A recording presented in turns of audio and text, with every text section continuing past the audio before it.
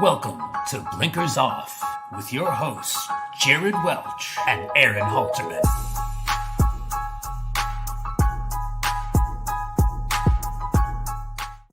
Good afternoon. What is up, everybody? I'm Jared Welch. He's Aaron Halterman. It is Monday, April 27th, and this is a very, very special Blinkers Off. First of all, happy Derby week, Halterman. Yes, happy Derby week to you. I'm so excited that it is here. Everything's going well, and I tell you what, this is going to be one of the biggest episodes of the year. It is every year, but I feel like it's so wide open. This race is so crazy. And I think John's got a lot to say. So I'm very much looking forward to this. Yeah, I had the privilege of seeing a little, I don't usually get to see a sneak peek of what he's going to talk about, but I did, because he sent me some graphic requests that I created for him. And so I got a little idea of the layout of this conversation. And I'm telling you guys, I don't know if you get ready, because he is going to give you a masterclass of if you are against one of his horses he likes, you better buckle up, because it's like you got to really try hard not to fall in love, because he does such a good job every year of being like, crap, you leave the show and you're like, I got to readjust this horse. I'll say this, he might be right or he might be wrong. Like anybody in racing, you just never know until the gates open. The gates open and you pray from then on, right, to see if you're going to be a winner or a loser. But the one thing I'll tell you about this, he is extremely prepared. And he has a extremely strong case to make for his two horses. Like I said, I kind of cheated a little bit and read through. Plus, I've been pretty much following John's thoughts all year long with the Kentucky Derby update videos that John certainly has his top 5 and then top 10 on every week. So I kind of have a good idea of what he's going to say. I'm very impressed with what I've seen in the background. And I will say this, I have not finished the Kentucky Derby yet. I finished every other race Friday and Saturday.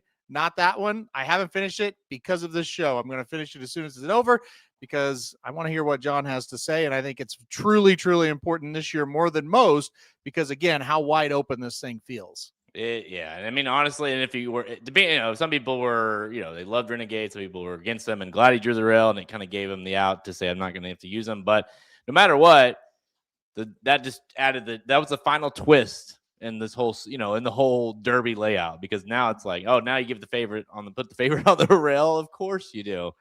And it's just going to create a little bit of a mix. I'll tell you this though, this goes for anybody, not just John, or, John's obviously the example because he's on today's show, but I don't care who anyone ever picks, but if you can back it up, meaning you have reason why you're picking it, not just like, well, I can't play favorite, so I'm just playing a long shot. All right, whatever. But you got there's reasoning behind. I have respect for anybody that is gonna, I may not agree with you, right? But that's okay. That's the thing about this game. If it was easy and we all agreed, that'd be kind of boring. Absolutely. But the fact that John, when he brings up something you're gonna get.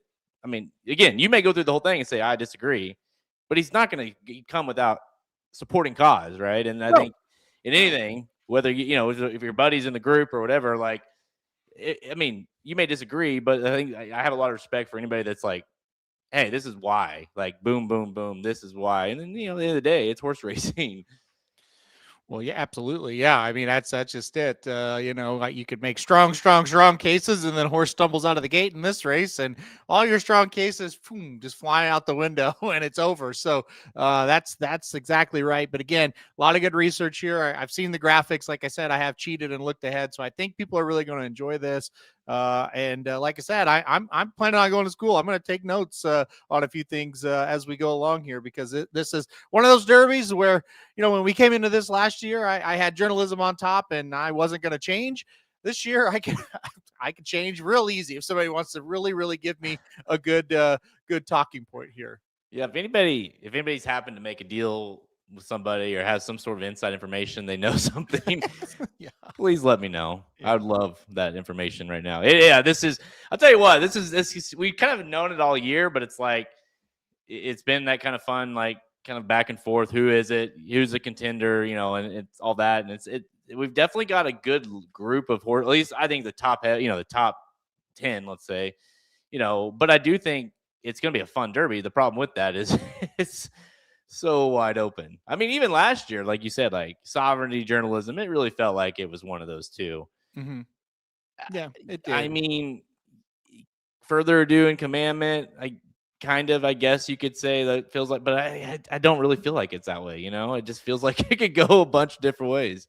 Yeah, no, 100%. I mean, it could. We could look up and go, well, those were the logical horses, or we could look up and go, well, that's Mystic Dan.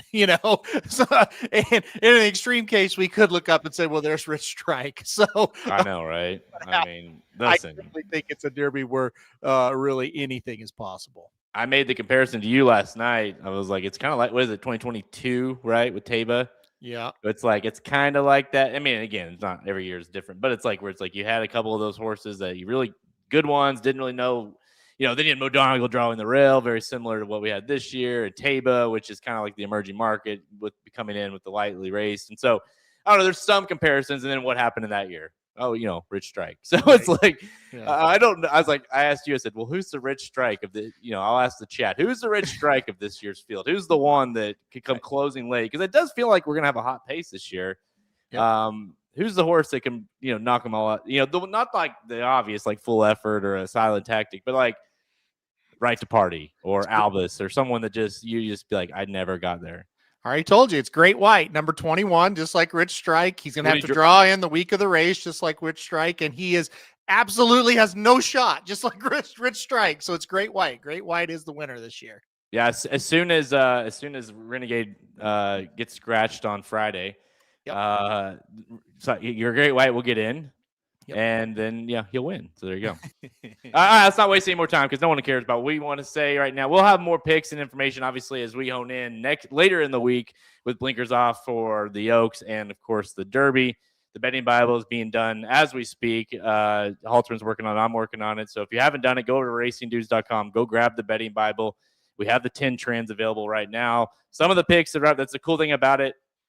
You don't have to wait for it to be released. It's out. So as it goes, as we add picks, it's out there. So you can start diving into that even now, even though not everybody's picks are officially in. So they go over there at racingdudes.com. Go grab the betting Bible. But without further ado, see what I did. I keep saying that, and I'm telling you, like, that's probably where I'm going to go. We're going to interview the legend, Jon White. You need to know an introduction at this point, although I do it every year. He's going to give us picks and analysis for, of course, this year's Kentucky Derby. The Hall of Famer breaks down the field, highlights top contenders, long shots, who he's picking on top, all the good stuff. Let's not waste any more time.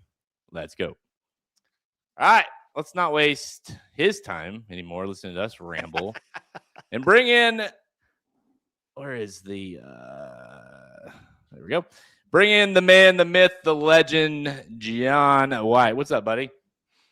What's going on, guys? Now, first of all, Jared, you just said, nobody cares what we have to say. I beg to differ. And let me be specific about that. A couple of weeks ago, you guys broke down the pace. Did a great job. That was a super edition of Blinkers Off.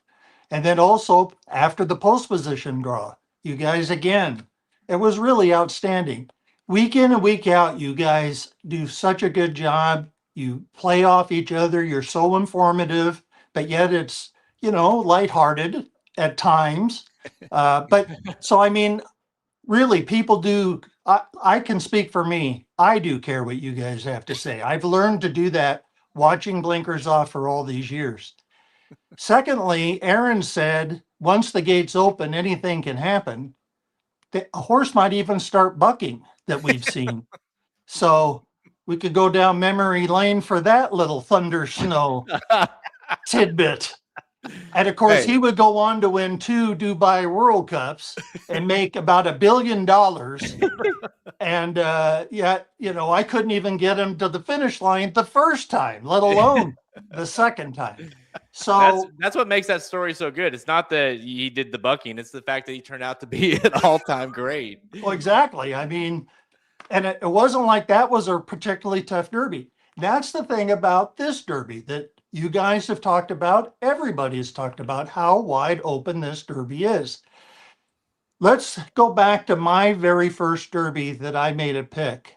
That was 1968. We're going to show the horse that I picked because he won the race. There he is. That's Dancer's Image. And I mean, that's partly how I got hooked on racing. This horse right there. I mean, How great is that? How cool is that when you're just a young kid watching and picking your first Kentucky Derby, you end up picking the winner. Now, the thing about Dancer's Image is he got disqualified, but not on race day. So if you bet on him to win $2, you got $9.20. So I was far from being able to bet on him at that point. But I feel good that I had the horse that if you went with my pick, you would have been able to cash. And of course, they ended up fighting his disqualification in the courts for a long time. I mean, this went on, guys. And he was disqualified for a real minor thing, for having butazolitin, or what we call bute, in his system. But the test showed that, and according to the Kentucky rules at that time, that resulted in the disqualification. Well, to show you how a horse by the name of Stage Door Johnny saved racing big that year, Forward Pass was elevated to win the Kentucky Derby on the disqualification of Dancer's Image. Forward Pass then won the Preakness Stakes. So now you go to the Belmont and you go, are we going to see a Triple Crown winner? Is this a real Triple Crown if he wins it because he was moved up? And that thing was still being fought. In other words, if Forward Pass wins the Belmont, you wouldn't have known really if he was a Triple Crown winner until, and it's very similar to the Medina Spirit, how long that lasted. Very similar. And you wouldn't have known whether you had a Triple Crown winner for weeks and weeks and months. But fortunately, Forward Pass won that race. And he was not Forward Pass, but Stage Door Johnny won that Belmont. And he turned out to be the best sire of the three of those. Better than Dancer's Image, better than Forward Pass. And I used to bet a lot of horses, particularly when I first started working at Santa Anita in 1981. Las Barrera often had horses out of a Stage Door Johnny mare, and that was like gold. I'm telling you, gold. To see that in the pedigree, not necessarily by Stage Door Johnny, but out of a Stage Door Johnny mare, and that was really gold. So what I'm saying is that was my first Derby I made a pick in, fellas. From 1968 to 2026, this is, without question to me, one of the most wide open Kentucky Derbies I've ever seen. I mean, this thing, Wow. It's not wide open. It's wide open. Remember Wide World of Sports? Yep. This is wide open Kentucky Derby. So now, to show you how this is deep in contention, Andy Serling, who I have a lot of respect for as a handicapper, as a broadcaster too. Many of you know him for his work in New York. He said that the winner of this wide open Kentucky Derby is extremely likely. Now, not just likely, extremely likely to come from one of these 7 horses. So that's as far as he could whittle it down from the 20 to 7. And that's what we're dealing with this year. His 7 are Renegade, and this is going from the top. I noticed that he did it in post position order that he listed these. Renegade, Commandment, So Happy, The Puma, Chief Wallaby, Emerging Market, Further Ado. Then he said, if I were to go one more, and that's another sign of how open this Derby is. He wasn't even satisfied totally with the 7. He says, well, then I would have to say perhaps that full effort would be a possibility. So that really, he's kind of got 8 that he's saying that not likely, extremely likely is going to come from. Mike Welsh, who is such an outstanding writer and clocker for the Daily Racing Form, who I have such respect for, he says there's so much parity in the race this year. That's a good word for it. This is kind of the parity Derby in a way. So when you think of that, I mean, and that's why I think this is a great Derby to not take a 4-1 shot or a 6-1 shot or even an 8-1 shot or even a 10-1 shot. I'm taking a 20-1 shot. And so let's make the case. I'm going to make the case for Danon Bourbon here. And especially in a year in which, again, we have such a wide open race. I think there is a possibility that the non-Bourbon is close to as good as Forever Young. And remember, on Blinkers Off, I picked Forever Young. He was my Derby pick. Let's look and compare the non-Bourbon and Forever Young. Now, another thing Andy Serlich said is he thinks the Japanese horses are generally overrated. And he said that Forever Young raises the bar. He's raised the bar high for Japanese horses. I agree with him on that. But the point is, if the non-Bourbon is close to that Forever Young bar or equal to that bar, and I think there's even a possibility he's over the bar. In other words, I think there's a possibility he's better as a 3-year-old than Forever Young was as a 3-year-old. Now look at these races in Japan. And the one that counts the most is the one on top, 2025, 2023, 1,800 meters as a 2-year-old at Kyoto, the same track, same distance. And look at the disparity in those times. Now, we're not talking about a 3/5 of a second difference, even a second and a fifth or something. We're talking 3 seconds. That's like 15 lengths, guys, that the non-Bourbon ran faster as a 2-year-old in Japan than Forever Young. Now, they each had one other race at 1,800 meters. Look at what the non-Bourbon did. That's the Fukuruo Stakes, the 150 and 4/5. And that is a race for as a 2-year-old Forever Young. And those are at different tracks than Kyoto. Those aren't the same tracks. But again, look at the difference in the times. I mean, that's not even in the ballpark. So, when you start looking at that, that's when because I was going, Aaron for a long time has said he expected me to pick emerging market. And believe me, that was in play until I did a lot of this research comparing the non-Bourbon to Forever Young. And also, let's even go further. Let's look at the non-Bourbon versus TO Password. And it's going to be really quite impressive, this pairing. Now, who is TO Password? He ran in the Kentucky Derby with only 2 races under his belt. So he was like emerging market, but he had to ship all the way from Japan and run in the Kentucky Derby. And he had run in the Fukuru Stakes. The non-Bourbon set a stakes record in the Fukuro Stakes. When T.O. Password won it, look at his time again. This is, I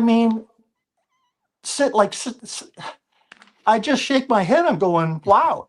Now, remember how well T.O. Password ran in the Kentucky Derby. He didn't break well, as these foreign horses often don't.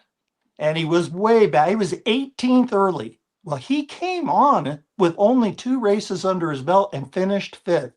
Hardly anybody noticed that because that was Forever Young's Kentucky Derby. And so people were focused on Forever Young bumping with Sierra Leone all the way down the stretch. Sierra Leone bugged him. Yep. And Mystic Dan sneaks through on the rail, and you have 3 noses on the wire. But nobody's paying attention to that this other horse from Japan ran that well as Forever Young did, T.O. Password. And again, Danon Bourbon is blowing him off the track in terms of how much faster he ran. Now that Fukuru Stakes has been run since the year 2000, and it was not run in 2011. So every year since 2000, Danon Bourbon's time, he set a stakes record, but almost all of these times in that race are 153 or higher, or 154 and higher. I mean, in other words, he's much faster than the vast majority of horses that ever ran in that race. Now, the other thing, guys, how easily did Danon Bourbon do this? Was he life and death to win? Was he all out? Was he being pushed? No, he won these races with ease. He won them easily. And this Fukaroo Stakes at the end. And what's good too, Aaron has made this point, and I've been waiting for this blinkers off to make the counterpoint to his point. And that is that so many of these horses, if not really basically all of them, come to the United States and either walk out of the gate or whatever, and they're way back early and they're trying to make up all that ground. Aaron is right about that.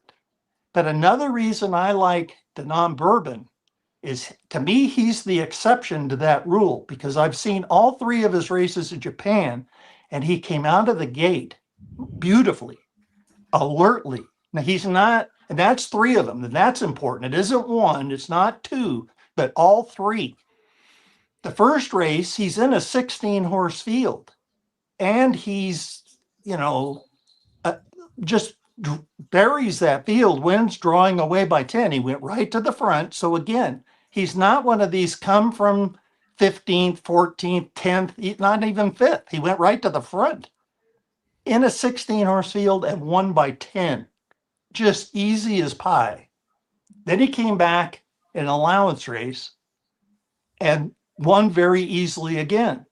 And then he won the Fukaroo. But what's key is, like I've been hearing Greg Wolf on the Fox broadcast, well, he's never been headed. Well, no, that's wrong. That's misinformation. Actually, he has sat off the pace in that Fukaroo Stakes. He rated very kindly. And that's important, that word I'm using there, kindly. In other words, when that rider didn't want him in front, he was sitting there and this horse was happy as a clam. He wasn't tugging the bit. He wasn't, trying to run off. He wasn't fighting being rated. He rated kindly. And then when he, what they say, pushed the button, he just powered home. Now, a lot of people have said, well, yeah, who's he beaten? Well, I'll tell you what, I did some research on that. And I'm not even going to go into detail on that because I could spend like 20 minutes, 30 minutes just going through all the horses he beat in terms of how good they were or looked to be. But like this horse, Charlie, that was third in the Fukaroo Stakes, very highly regarded. He was coming off like a 10-length debut win. I mean, they're sky high on him, and he was no match whatsoever. The runner-up is a solid horse. I mean, like I say, I can go through all that. And another thing, while Danon Bourbon only has 3 races under his belt, look at the distance of those races. 2 of them at 1,800 meters. What is that in the United States? That's about 1.1 miles. Mm-hmm. So it's slightly different distance, but for our purposes, we'd say, yeah, it's 1.1 miles race. And his race in between was at 1,900 meters, which is similar to the Preakness distance, 1 mile 3/16, which was the Louisiana Derby win for emerging market. So he's coming in here for a horse that, has only run 3 times. He's got a lot of foundation really off of those 3 races. So, I mean, he just looks like he's something very, very special. Now let's also compare his times to another horse that many of your viewers are going to be familiar with, and that's Dermo Sotogake. Now, he won the UAE Derby so impressively that Randy Moss of NBC, that was his Kentucky Derby pick. And here again, what happened? He didn't break well and so forth. And, he didn't threaten in the Kentucky Derby. He didn't run all that horribly. But again, he was a disappointment if you liked him that day. But look at these times again. Danon Bourbon, 1:50 and 4/5, 1:51 and 4/5. Look at the 2 times for Dermo Sotogake's 2 races at this distance in Japan. 1:53 and change, 1:55 and change. Again, not even close. Now, again, people will say, well, John, he didn't run well in the Kentucky Derby, so big deal. Do you guys remember what Dermo Sotogake did after that? Mm-hmm. After he ran in the Derby? Yeah, he won everywhere, right? He won a few races. He didn't run again. His next start was in the Breeders' Cup Classic at Santa Anita. Mm-hmm. Second. So he was off from May to November. And he ran second in the Breeders' Cup Classic, beaten a length by, a fairly decent horse called White Abario. Mm-hmm. Yeah. Beat 1 length by the horse that just won the Oaklawn Handicap and beat Sovereignty in Journalism. And this horse is running many lengths faster than Dermo Sotogake did in Japan. Now, fellas, one thing I think is a better that is a huge advantage for me to bet on this horse in this race, who is listed at 20-1 on the morning line, not 6 or, Jared did projected odds going through the things and he projected them at 8. Yeah, He's yeah. 20 on the morning line. So, and believe me, look at Andy Serling. He goes like 8 deep on this horse, and he says Japanese horses are overrated and, blah, blah, blah. And so many people have that opinion. Where I'm telling you, we get a big break is a better. If they had buyer speed figures for Japan races, based on these times, Danon Bourbon's buyers would tower over Forever Young and Dermo Sotogake, and also T.O. Password, among many others. But I mean, he would have these just gaudy looking buyers. I mean, we got the 106 for Further Ado, but this horse would have 3 monstrous buyer speed figures. And if that was the case, when you look at the past performances, tell me the difference how people would view this horse. If they saw 3 triple-digit buyers, let's just say that. Do you really, John? Do you think? I mean, because I think that's a good question because a lot of the issues are. And by the way, we're good. That's a whole other podcast. Why we can't get accurate numbers from overseas or can't figure out what numbers are overseas. But like for some people that are wondering, like, yeah, do you really think that he would be looking at multiple triple-digit buyers if that was listed that way? I have to, based on the times of these other top horses, particularly Forever Young. If he's running 16 lengths faster than Forever Young on the same track at the same distance, I mean, and when you know how good Forever Young was, even at 2 and 3, and last year 4. Now, remember, guys, Japan has made such a presence on the national stage. They've become a force. And there was a time when I was at my first Japan Cup in the early 1990s, and I was there. Golden Pheasant won the Japan Cup, trained by Charlie Whittingham, ridden by Gary Stevens.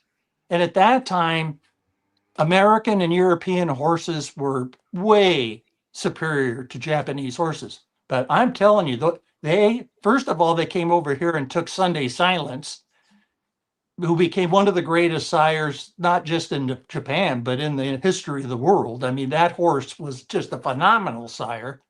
And we just said, go ahead, Japan. Go ahead and have him. And I mean, they have bought these brood mares. They've increased their quality of their breeding program. I mean, and they've won 5 straight UAE derbies. 5 straight. Now, there are 2 major races in the world Japan is thirsting to win. The Kentucky Derby's won, and they came within 2 noses. And to me, I mean, to say they didn't win, I mean, you can't basically come really much closer than a nose and a nose, especially when he was getting mugged down the stretch. And the other race they want to win is the Arc. And it was just announced that Forever Young, they have 2 different plans they're contemplating for him for the rest of the year. One plan is to bring him over to the United States again and run him in the Jockey Club Gold Cup in New York on the dirt, and then back in the Breeders' Cup Classic, where he would attempt to join the great California bred Tisnow as the only 2-time Breeders' Cup winners. And of course, Zenyatta came very close, but lost in a photo to blame. The other plan that they are contemplating is to send him to Europe for the Irish 1000 guineas on the grass, which he hasn't run on, and then in the Arc. As I say, basically the people in Japan, they're targeting 2 races that they want to win for their country. And the Kentucky Derby's one, and the other's the Arc. I don't think it's out of the question. They could get their first Kentucky Derby here with this horse, Danon Bourbon, and then maybe pick off the Arc with Forever Young. I mean, think of what, but that's how far Japan has come, that you could even raise that as a possibility. So, to me, I just see this as a golden opportunity on a horse who, if everybody really realized his form vis-a-vis Forever Young and T.O. Password and Sotogake, he wouldn't be 20-1. Now, he might not be 4-1 or 5-1 or 6-1, but he wouldn't be 20-1. And I've liked the way he's looked as he's been out on the track in the videos I've seen on FanDuel. So, I mean, he's getting over that track very nicely. And now, I think the issue, while you're going to the next topic, I do think the issue for a lot of people, myself included, and I think it's fair, but it's also kind of what's going to happen. I think it's why we're going to get beat by a Japanese horse at some point, is because the lack of information, like we've confirmed, and the lack of success, right? Because it's like, well, we haven't seen it happen. It keeps not happening, and we don't know enough information about the horses that are coming over. And so you're like, well, I'm just not going to use them because, and it's like but then you listen to you, who has clearly dove into the information. It's like, if you knew what you knew, if the betting public knew what you knew, and we all could see that, it might make, like you said, 20-1, no chance. No chance. No, I don't think. I mean, I don't think he'd be typical. But because of this fact that people, even the experts I watch on Fox or FanDuel, I mean, all they ever say is, well, you don't know who he's been running against. We can't, he's probably not Forever Young. That's the general thought by everybody. And I'm going, well, maybe he's not Forever Young. Maybe he's better than Forever Young. Now, I could be wrong. Or he could come out of the gate and get, not get out of the gate. Or he could come out and get wiped out, which we've seen. But the point is, I'm certainly willing to take a shot on him at 20-1 or 15-1 or whatever the price he's expected to be here. Now let's I'll continue the case here for him. Let's take a look at him in terms of where the chance I think he has to be first or second with a furlong to go in the race. And this is very, very important. Why? Because 59 of the last 63 Kentucky Derby winners have been first or second with a furlong to go. And you see the 4 exceptions during these 63 winners at the bottom. Rich Strike, one of the flukes of all time in my book. Animal Kingdom, who was third at the 8th hole to go. So it wasn't like he was coming from 5th or 6th or 7th. He was third. Giacomo, who came from way back and beat my closing argument, who was, now let's look at that 2005. That's the year my pick in my expressbet column and for expressbet in their wager guide was closing argument, who went off at 71-1, not 7-1, not 17-1, 71-1. He was my top pick. Aaron said the other day, it took stones for John to put a Japan horse at the top of his top 10.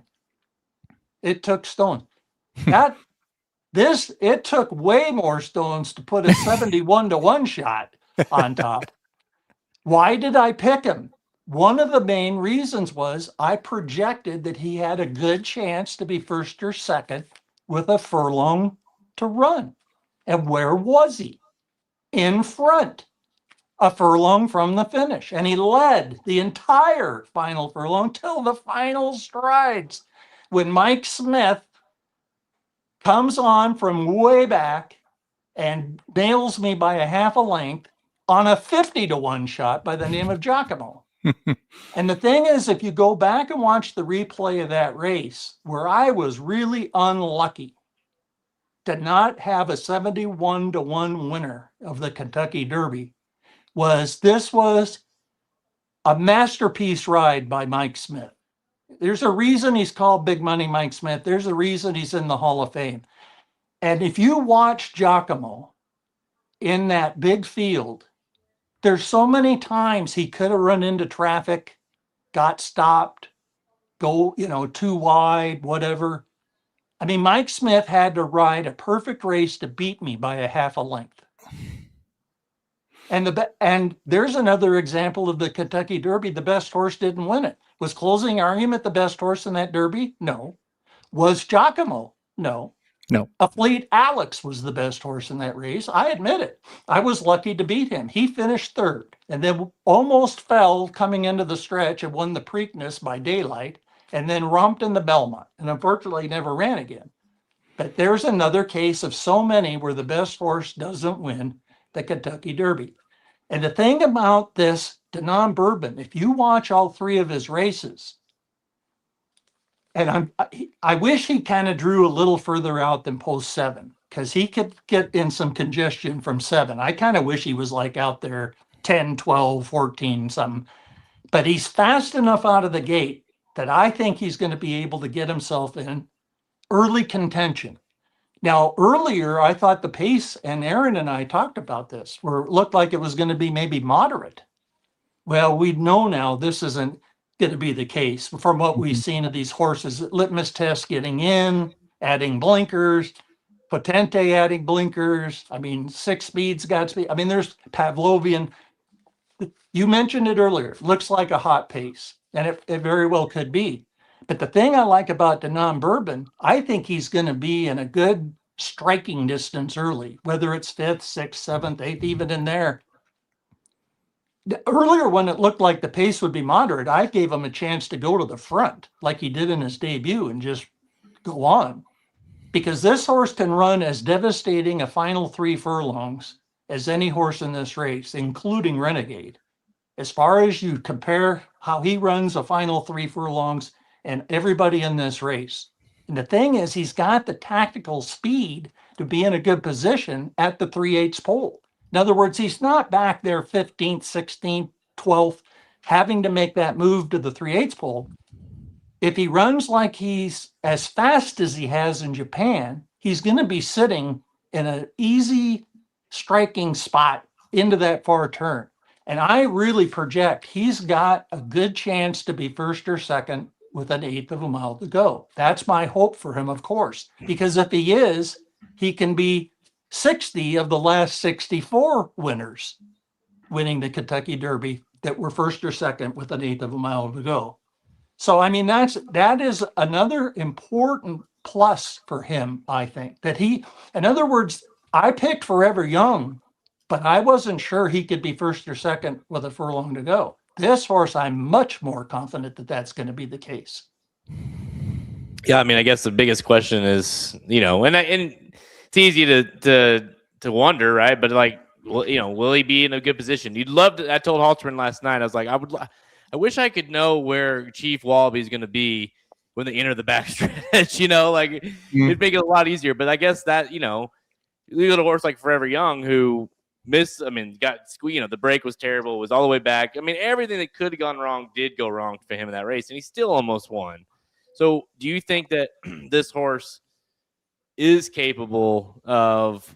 I mean, I guess you never know, right? But do you think that things go haywire? He still has the talent to give a run like Forever Young did. That's a really good question, because that would be like a worst case scenario, right? And I'm going to say something you rarely hear anybody say on a podcast or on TV or on the radio. I don't know. And it's the type of thing that we'd have to wait and find out, honestly. Yeah. I mean, based on those running times and the fact he has one from off the pace, I certainly wouldn't rule it out. But would I want to be relying on that? No, of course not. So I'd be feeling pretty sick if he's where Forever Young was going into the first turn, because, that's not, to me, his best chance to win the race. Now, could he overcome that? Maybe, because here's another thing, guys, and I learned this when I was first going to the races in the 1960s, where we just saw Dancer's Image, my first Kentucky Derby pick. One thing I learned, anytime a horse is undefeated, you don't know how good they are. You really don't until they lose. And I mean that this horse, who's to say? I mean, he could be a superstar at this point. He also could not have any trouble and finish, up the track. I mean, I recognize that. I'm not saying he's any lock to win this race or anything. What I'm saying is he's very attractive with the information we know about him at the price he's going to be. So why would I want to pick Renegade breaking from the rail? Now listen, Andy Serling listed those 7 horses, and I can go even deeper than that, like he did, or his 8th, including full effort. I respect this field, but it's another reason. Are all these horses? One thing I'm a little shaky on the Florida form is that finish of the Florida Derby. Do we have 3 really top horses like that? Maybe, but generally that's not the case. I mean, all 3 of them aren't going to be, top horses. Like last year we had 2, and I kind of throw in a third one who was behind those 2. That was Baeza. So, I mean, you really had a pecking order of that, and then it was a drop-off. So you had those 2 and a drop. There's no like 2 or 3 here. I mean, people say the big 3, and I wouldn't disagree that Renegade, Commandment, and Further Ado are the big 3. And I don't blame Nick Tamro for making Chief Will by 8-1 because he is kind of a buzz horse. So I think he was smart to put him in single digits there on the morning line.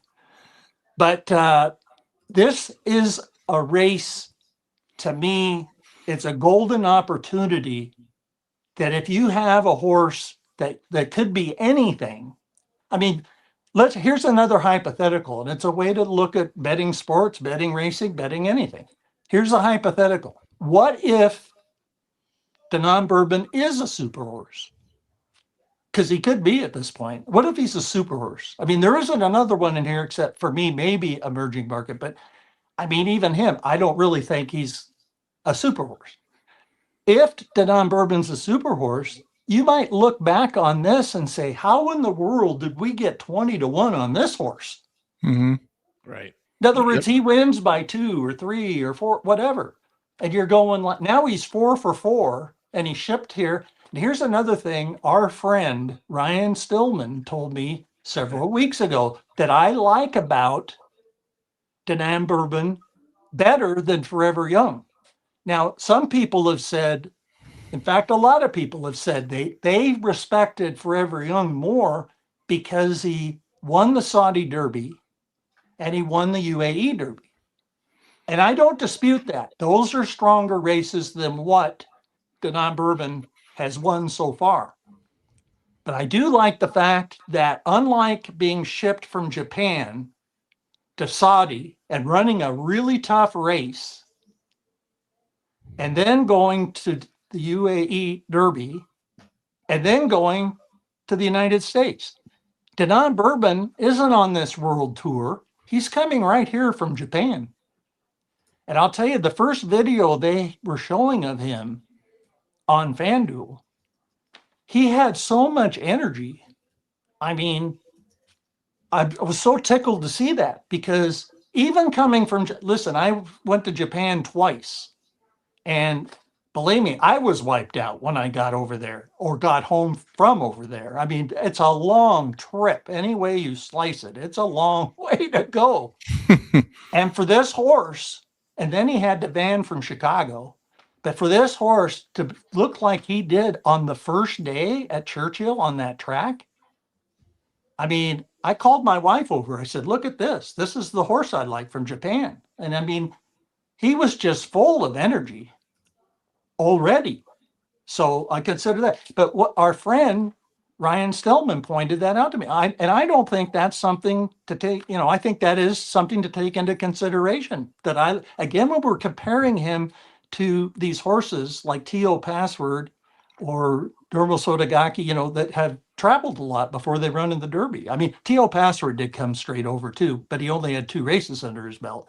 But that Forever Young, and this is one reason, I will tell you guys a story here about Forever Young. When I was writing him up in my expressbet.com column, And we got close to the race, and I said, I'm picking this horse to win. I think he's the best horse of the race, blah, blah, blah.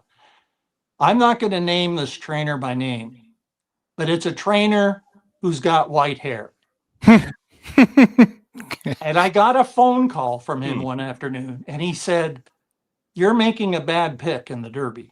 There's no way that horse can win this race. Not after shipping to Saudi Arabia and running that hard, and then running in the UAE Derby and then shipping here. There's no way. And I said, well, I'm picking him anyway. That's about the whole conversation. When I was watching that Kentucky Derby, I looked at, they hit the finish line. Of course, remember that battle to the wire of the three horses, and it's a photo. They hadn't gone one stride past the finish line, and I look at my phone, and the white-haired trainer is calling me. And I said, hello? And that white-haired trainer said, you were right. Click. Wow.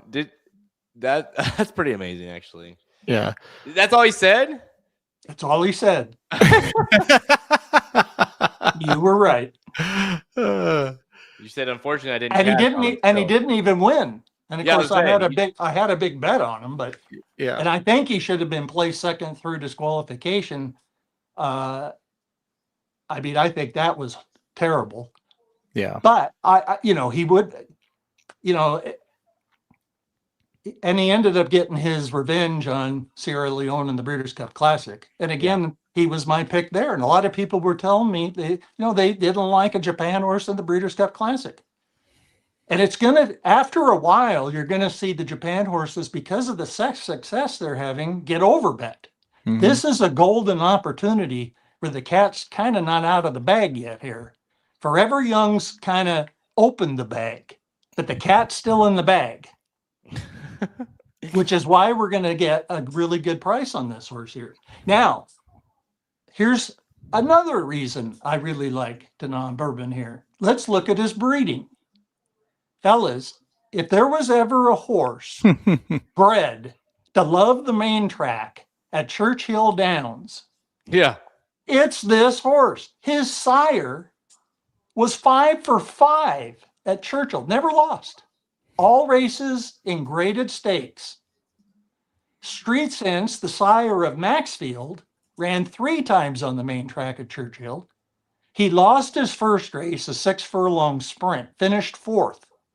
Then later he won the Breeders' Cup Juvenile by 10 and the Kentucky Derby by 2 1/4. So this horse's sire and paternal grandsire combined in races around 2 turns at Churchill Downs, never lost, 7 for 7. So is there kind of any hope that maybe this horse might happen to like Churchill Downs? I mean, it's no cinch, but I'd certainly like this coming in when he's never run at Churchill, that his father and grandfather both loved Churchill Downs. And of course, he's out of a Tappet mare. And by the way, here's another great thing about this horse. He's a Kentucky bred, not a Japanese bred. And his breeder, those are the people that bred last year's Florida Derby winner, Tapan Street. Pretty good horse, don't you think? Very good. Won the Florida Derby. He's in the Ali Sheba Stakes this week at Churchill. So in other words, he's got quality breeders that bred him. So, I mean, that's yet another thing. Now, we've spent all this time where I've been talking about all the positives I feel that this horse has. Do I have any concerns? Yes, I do. Because let's take a look. Here are my 3 main concerns. This will be his first race going around left-handed turns. Pretty big one, which we do in this country. So, I mean, he's got to do that.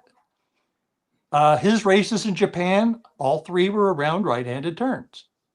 Now, this turn business is important because picked on television here in Los Angeles. We used to have a Friday racing show that was kind of a feature-ish type show. And I was on there every week. And when we got to the Breeders' Cup, I picked a horse called Squirtle Squirt in the Breeders' Cup Sprint. I was on with Brad Free of the Daily Racing Forum. And Brad went first, and he picked some horse from France that had a really stellar record. Look, this horse really looked good, even on the dirt. When they came to me, I said, I like Squirtle Squirt. Now, at that time, Bobby Frankel, one of the great trainers of all time, had never won a Breeders' Cup race. I stuck my neck out. I said, I think this might be Bobby Frankel's first Breeders' Cup winner. Why? Because if you look at Squirtle Squirt's form, it was obscured by running in longer races than 6 furlongs, mainly 7 furlong races. So it was like a puzzle. If you took his past performances and circled where he was at the 6 furlong mark in all of his races, he was like a monster. And so he's shortening up to 6 furlongs for the Breeders' Cup. And the point I'm making about this in the turns, Brad Free's horse he liked from France had never run around a turn, as well as he'd never run on the dirt. But I was more troubled by the fact he'd never even run around a turn versus a horse like Squirtle Squirt, who'd been racing in California and New York and handling a turn just fine. So that's where I say it isn't something I just, say this doesn't matter. It could matter. It might matter. Who knows? The other thing is he the best horse in this race? Now, this is the same thing I said, guys, when I picked Forever Young on Blinkers Off. And he didn't win. But was he the best horse in the race? I think most people do say he was the best horse in the race. And the thing about this Kentucky Derby, because it's a 20-horse cavalry charge, we see too many times where the best horse doesn't win. So even if I'm right, and I could be wrong, that I may be way wrong that he's the best horse. But even if I'm right, that doesn't mean he's going to win, because look at the horses, just some of the ones that come to my mind that I feel were the best in the race and didn't win. Epicenter. There's one. Looking at Lucky, wiped out from the 1 hole. Yep. A Fleet Alex. I just said that earlier. I bet closing argument I had the runner-up, but to me, a Fleet Alex was the best horse. He ended up being the champion. Empire Maker. Point Given. Little Current. Damascus. Native Dancer. So, I mean, that's why. Is he the best horse? Even if that is yes, it doesn't mean he's going to win, especially the Derby. I just remember, this comes to mind with Renegade drawing the rail, that when I got home from HRTV, my dad called me, my late father, and I had looking at Lucky in my fantasy draft and stable and picked him and bet on him. But I get home right after the draw, and I get home, phone rings, it's my father, and he says, if I was Bob Baffert, I'd scratch him. And I said, well, Dad, that's not going to happen. He said, well, it won't, but he should. After drawing the rail, it's a waste of time. That's exactly what he told me, a waste of time. What happened? It was a waste of time. Yep. And he wins the Preakness. So, again, and then finally for negatives, how about this stat? Since 1977, horses to race outside of the United States and Canada. So in other words, if like Danon Bourbon coming in from Japan, or a horse from Europe or, Dubai or whatever that haven't run here yet. In the Kentucky Derby since 1977, those horses are over 50. So again, that to me, I do look at it like saying, well, it'll help the price. The fact that, because this is one of the reasons why people are reluctant to pick a horse from Japan. So many of them haven't run here. They come here. I would like to see Japan. Now, Mandarin Hero came and ran second in the Santa Anita Derby. I would like to see more Japanese horses make their final prep. If they want to win the Kentucky Derby, why wait until the Kentucky Derby? And Right. believe me, I think in time, Japan, they're so good at figuring things out. I have to think in time they will figure that out, because I would like that. How about Danon Bourbon? What if he'd come here and won the Santa Anita Derby and beat So Happy? And he's 4 for 4 and already running this country. Again, what would his odds be? And 20? he's got the left-handed turn experience as well. Like he's got Very that. good point, Jared. That's You right. know, what was it a few years ago? What was the horse that ran at the Santa Anita Derby? The Japanese. Mandarin Hero. Yeah. And it was like at that point, I was like, no, I wasn't like in love with the horse by any means, but it was like at least they're trying. Like, it was like, okay, that's what it needs. And I thought that was going to be a thing, and then we haven't seen it again. Exactly. But I just think that all it's going to take is one guy over, and believe me, that they've come so far. And like I say, they just dominate on the world stage. I mean, wherever they go, they're just, it's just totally flipped, guys. I mean, back into the 1980s and 1990s, you just threw these horses out. You didn't worry about them because they had basically no chance in any race running against American horses. I mean, I will tell you, when I was there for the Golden Pheasant Japan Cup, a horse ran on the undercard. And we were guests of the Japan Racing Association. My wife was there to cover the race for the Blood Horse. And we had a Japan Racing Association guide, a very nice girl, but she spoke very little English. But she would help point you to the mutual windows, which was the most important thing she did, I mean, I feel. And she would hand me her program. And the first race, and I looked at it and I said no, and handed her back the program. Second race, I handed it back. Third race, handed it back. But she keeps doing it. And somewhere along the line there, I took her program and circled the horse on the program. And she lit up like it was Christmas morning. She thought this was fantastic that I gave her a horse. So she turns around to go off and bet. I'm watching this race. This horse at the top of the lane was like 10 in front. There were like 12 of them, and they're all 2-year-olds. And in Japan, there is no racing for them. You have a program that has the owner, the trainer, the horse name, the weight, the breeding. That's it. That's what you have to go on. And I have this horse I love in this race. He's 10 in front at the head of the stretch, wins by 15. The lady comes over. She's like hugging me. She's just thrilled beyond belief.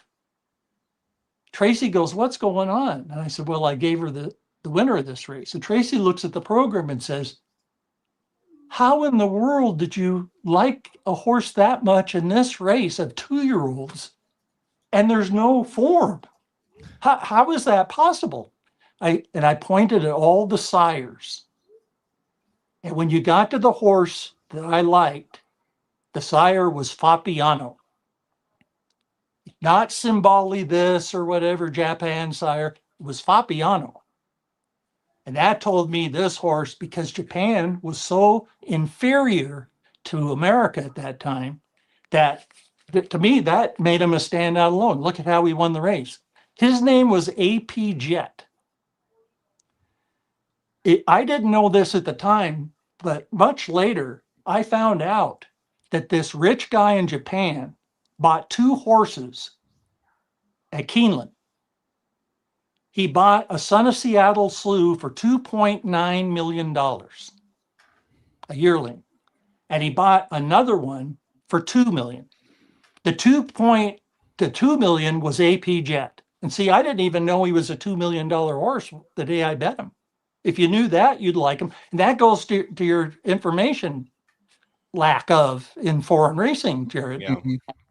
But the other horse, the $2.9 million horse, was also an AP Indy. The guy bought these 2 horses at that sale. So the horse I bet in Japan had been bought with AP Indy. And what happened is this owner went to Hollywood Park and told Neil Drysdale, Hall of Fame trainer, I bought 2 horses at Keeneland. You get to train one of them. You pick. And he picked AP Indy. And because he said one of them's going to Japan, so I can see him race. And that was AP Jet. So, I mean, this is the thing about this information and so forth. I mean, that's how far Japan has come, because at that time, you wouldn't even given any look at a Japan horse against an American horse like that. That wouldn't be the case today. I was at Hollywood Park when Japan won a graded race in this country for the first time with a filly called Cesario. Now, I threw her out. They had the $750,000 Hollywood Oaks. First running, it was a big deal. And they lured this top filly from Japan, the Japan Oaks winner. So now she's trying to win the American Oaks. When that was a big deal. It's not as big a deal anymore, but it was that year, believe me. And I thought, boy, here, because at that time I was still all against Japan, because that's what you did. So now they come out for the post parade, and this filly from Japan runs off. She ran around the track, and Hollywood at that time was a 1.125 track. If it was today, 100% she'd be scratched. I mean, she ran a race before the race. And the main reason they didn't scratch her is because they felt, how can we scratch this filly who came all the way from Japan, just because she took a lap around the track. But everyone in that Hollywood press box were all shaking our head going, she's got no chance. She won by like 4 or 5 lengths in super time, just buried that field of American 3-year-old fillies, turf fillies. And I went, this is a new ball game. We have a new Japan we're dealing with here. And look what they've gone on to do. So anyway, that's all, the bottom line being that I just really feel this is a great opportunity. It may work, it may not work, but coming in, I'm excited because there's so much racing these days, guys, that we have. You can watch workouts, you get breeding information, stuff I used to have to do. This, when I was first looking in the racing form in the Pacific Northwest where I grew up, they didn't even have the fractions for a race in the past performances. There were no trouble lines. I used to just take notes off replays and had such an advantage over everybody because it wasn't at their fingertips. And the speed figures today have really taken that advantage out. Think of how Andy Beyer, how great it was for him when he was the only one with his speed figures. Yeah. Do you think? Go ahead, Alterman. Well, yeah, I want to jump in on something because I have become less concerned about the turn in the wrong direction and stuff like that. I really think he'll handle it. We've went over the gate issues, and I think that's just, as you said, you don't really know, and nobody does until they do it. The one issue that I have with the times of these races that I want to bring up. Yes, he ran extremely fast, right? Okay. His last race, though, he only won by 3.5 lengths. So theoretically, there was a group of 3 that finished behind him. Theoretically, those horses also, not theoretically, their times were also much faster than Forever Young. In fact, almost everybody in the race ran faster than Forever Young. I guess what I'm trying to say is, why am I buying into that? I don't think those other horses certainly are as good as Forever Young was back then. So that's my issue with the times of these races. That's a great point. But again, if that was the only race I was looking at for him, but his other 1,800 meter race against Forever Young was much faster. In other words, Forever Young ran in those races, and that's how they were timed. Believe me, the Japanese do a lot better job at timing their races than we do. I mean, as I've said to you guys, we can put a rover on Mars and we have trouble timing thoroughbred racing in this country. So I trust the times. That's all you can go by. I mean, but I understand what you're saying, especially in the Fukaru stakes. Yeah. But I go back to tell you, if you go through that field, it was a strong field. The runner-up is a very good horse. The third place horse is a very good horse. I mean, not just good, very good horses. And down further, of course, those horses aren't, stars, but it wasn't a weak edition of the Fukuru Stakes. I will say that.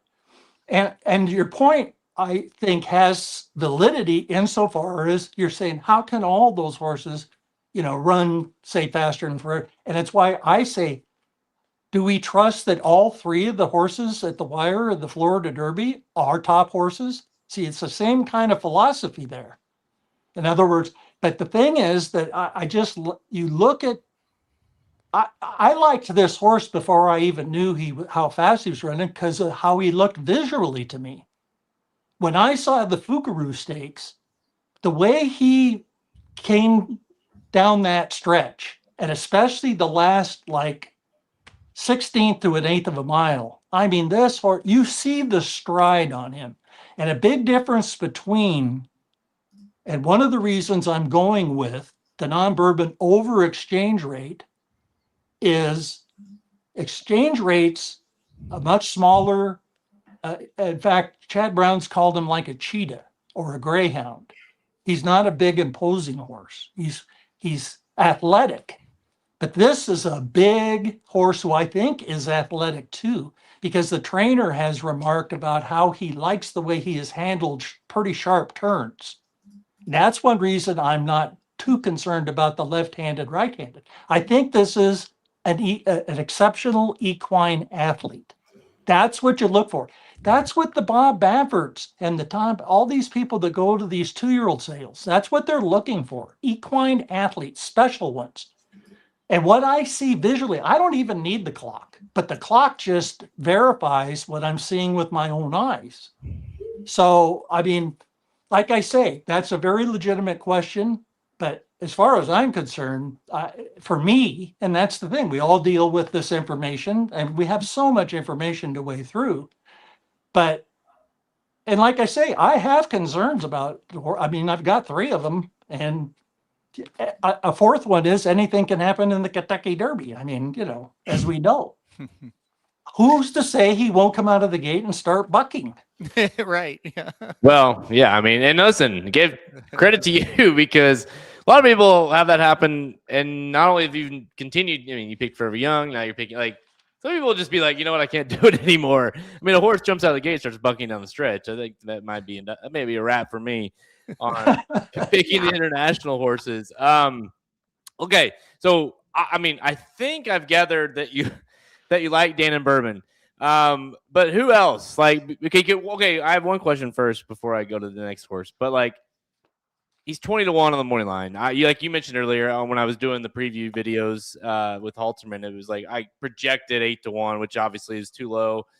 But I mean, don't you think I could see his odds be almost cut in half off the 20? I think 20-1 is insane. Well, one thing about odds in a 20-horse field, because even at the Breeders' Cup with 14-horse fields, I learned making the line for 8 Breeders' Cups that you get a 14-horse field, odds get skewed up. They just do.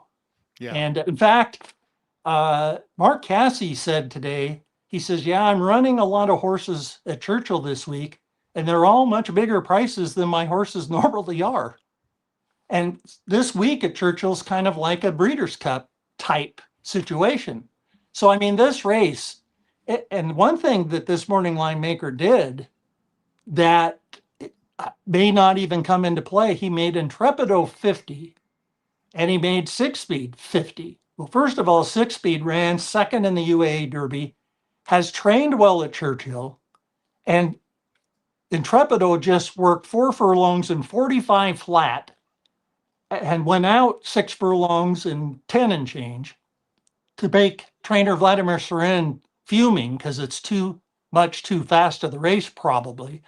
And Potente, why I do like, I'm not as concerned about Potente's work because the track was lightning fast. And he did it so easily that I moved Potente up from out of my top 10 to number 5 because that work, The word is that's the first 57 and change work for a Derby starter all the way back since the runner-up to Street Sense in that Derby. Yeah, I saw that. His name escapes me for the moment. Hey, I'll find it for you. He ran second. Then Curlin, that's Curlin's Derby too. And I'll tell you the other thing, that horse, his trainer weighed like 160 pounds and worked the horse.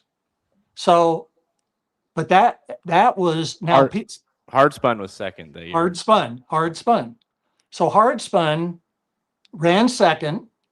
And so did that work out that close to the race take too much out of him? Is that why Street Sense won? Or did it put him on his toes? And that's one reason he ran so good. It could go either way, honestly. And it could go either way with Potente. But when it's Bob Baffert and the Kentucky Derby, and I see that work for a horse that was bought for over $2 million. And look, his Santa Anita Derby, they don't want him on the lead. They wanted the So Happy trip. And they're not going to be on the lead here. I mean, again, I think he can be tactical enough to be around there, maybe where Danon Bourbon is or whatever. So, and maybe closer than Danon Bourbon. I don't know. But that work got my attention. Let's put it that way. Now, to show you how workouts can cook a horse, I will go back to 1986. And that year, I was calling charts on the Southern California circuit for the Racing Forum. And we got to the Santa Anita handicap. And the big favorite at 6-5 was Precisionist, one of the best horses I've ever seen. He's in the Hall of Fame. He won the Breeders' Cup Sprint off a huge layoff. And he was the big, he was coming off a win in his first start of the year that was easy. And Tuesday morning, he went out for a workout at Santa Anita with Chris McCarron in the saddle. Now, the big cap in those days was Sunday, not Saturday. But this is Tuesday for a Sunday race. And he worked 6 furlongs in 108 3/5. I mean, that's like race time. I mean, that's like, now I clocked Precisionist in a flock of his workouts.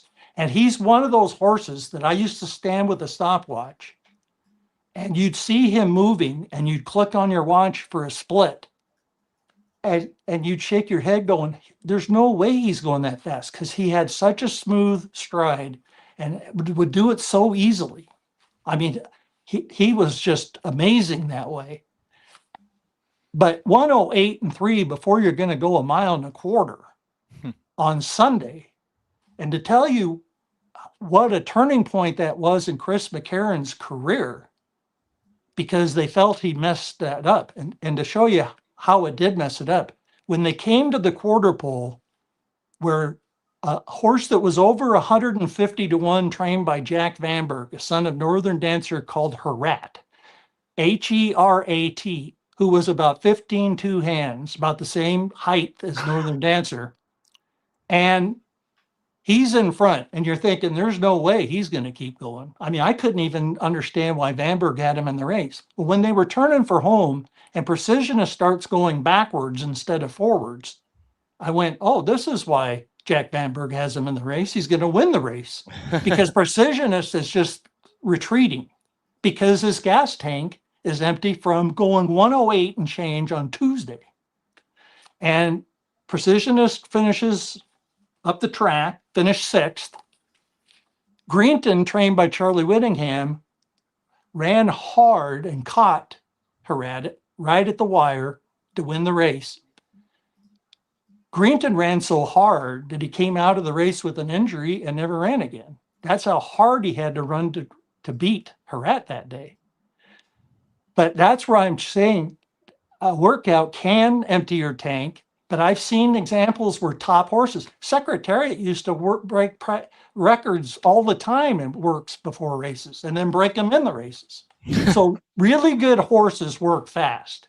And Potente showed me in this work alone, he could be a really good horse. And look, Baffert's talked him up since his debut. He didn't expect him to win that day, thought it was too short, whatever. So, I mean, good horses will do things that you don't expect from them. And going back to that precisionist workout, from then on, McCarron would wear a watch and time his workouts while he was on the horse. Bob Baffert has alleviated a lot of these workout problems of going too fast or too slow. He was one of the first trainers in the country to have radios hooked up to the jockeys to where he could talk to them and say, slow up, go fast, and tell them their splits. And that's really, and they laughed at Baffert when he started that. Oh, there's that quarter horse guy. Oh, look at him and his radio, playing radio with these guys. Well, I used to stand next to another Hall of Fame trainer, Gary Jones, and we'd be standing right in front of the grandstand at Santa Anita, and he'd be clocking and I'd be clocking the horse, and all of a sudden the horse would come into the stretch and he'd go, he's going too slow, and he'd run down to the rail and start waving to the guy to slow down. Or he'd say, he's going too fast, and he'd go, where Baffert's just telling the guy. And that's what I say. Baffert had a lot fewer messed up workouts. And not surprisingly, a lot of trainers now have that same where they're talking to the rider. So, but McCarron from that day on, and I came home, I was there for his final workout. He had won the Pacific Classic, beating the Kentucky Derby winner, War Emblem. And I had $100 bet in Las Vegas on came home at 100-1 for the Kentucky Derby for $10,000. And came home, was threatening at the top of the stretch and backed up. War Emblem led all the way. I found out later from came home's trainer, he came out of the race sick. And the way he finished the race, it seemed sick. But then he won the Pacific Classic, beating the Kentucky Derby winner, War Emblem. And I felt, that was a good chance for $10,000. So for came home's final workout, I'm walking to the track with co-owner Trudy McCaffrey and an actor by the name of Jeff Bridges, who was friends with Trudy McCaffrey. And as we're walking, Trudy says, didn't you have a big bet on this horse for the Kentucky Derby? And I said, well, not a big bet, but I had a chance to win a lot. I said, I bet $100 at 100-1 to win $10,000. So we keep walking a little bit, and then Jeff Bridges turns to me and he goes, did I hear you say that if this horse had won the Kentucky Derby, you were going to make $10,000? I said, yes. And we continued walking, getting closer to the track, and he goes, oh, that was a tough break. And I said, yeah. I said, yeah, it kind of was. I said, especially since this horse ended up beating the Kentucky Derby winner last time out. But the reason I'm bringing him up is sometimes in the fall at Santa Anita, we get fog, and the official clockers can't clock the horses, and horses will still work. And McCarron was able to report times to trainers like on came home if it was foggy, and there would be no workout that would appear, but they knew the time close enough for what they're doing because McCarron, and that all went back to 1986 on Tuesday before the Santa Anita Handicap. All right, so let's go to let's see what we got. I know you have you got a horse that you haven't talked about, John. That's you've got a graphic ready to go. So you may pull it up. Yep. Now, here's the horse I'm picking second, and Aaron felt. And listen, that wasn't off base because, it wasn't until I really dug into this form in Japan that pushed me to Danon Bourbon. Because for a long time here, I was going with emerging market. And if he wins, fortunately for me in the future book, I will make $7,500 if Danon Bourbon wins. And I'll make like $7,200, whatever it is, on emerging market if he wins. So either one of those horses wins, I'm making over $7,000 in the future book. Mm-hmm. My top two picks in the race. I do have concerns for emerging market, even though I'm picking him second. He would be only the second horse in history to win the Kentucky Derby in his third career start. In other words, with 2 races under his belt. The only other horse was Leonatus in 1883. But this is he would be a first. And boy, when you're talking about, this is the 152nd running of the Kentucky Derby, and this horse would do something no Kentucky Derby winner has ever done, because Leonatus raced once as a 2-year-old. Emerging Market did not race as a 2-year-old. I'll talk a little more about that after I go through the other concerns. Now, there have only been 2 Louisiana Derby and Kentucky Derby winners. That was Black Gold and Grindstone. So that's kind of a cause for pause.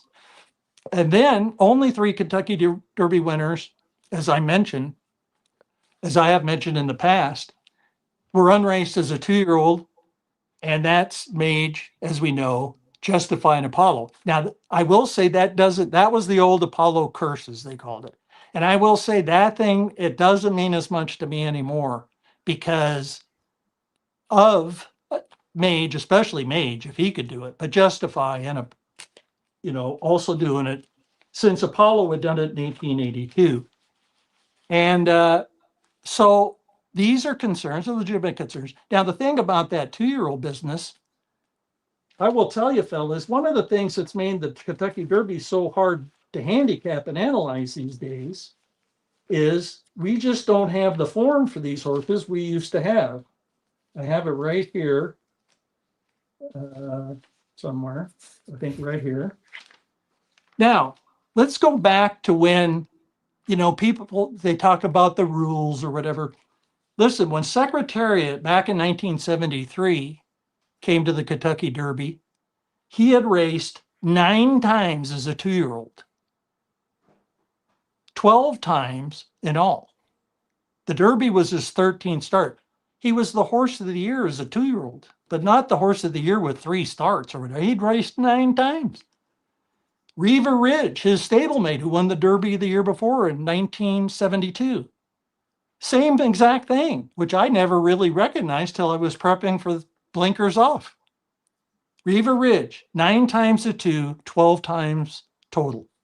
Affirmed, 9 times a 2, 13 times before the Derby. Spectacular Bid, 9 times a 2, 14 times before the. Now, how would we feel, guys? And by the way, that was interesting to me that Secretariat, Reva Ridge, Affirmed, and Spectacular Bid, each one of them raced 9 times at 2. When's the last time? I mean, we rarely see that, 9 times at 2, not total into the Derby. That was at 2. Yeah, it's insane. Now, what if we had that kind of form that we were analyzing for this year?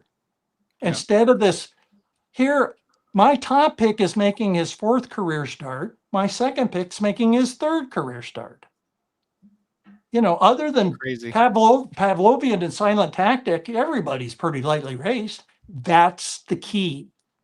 That's why a horse like Danon Bourbon or Emerging Market has a chance to win. That's how Justify wins. That's how Mage wins, because we're dealing with a different Derby this year. These horses, by being so lightly raced, it opens the door for those horses to win it without the seasoning we used to expect and demand of horses coming into the Kentucky Derby.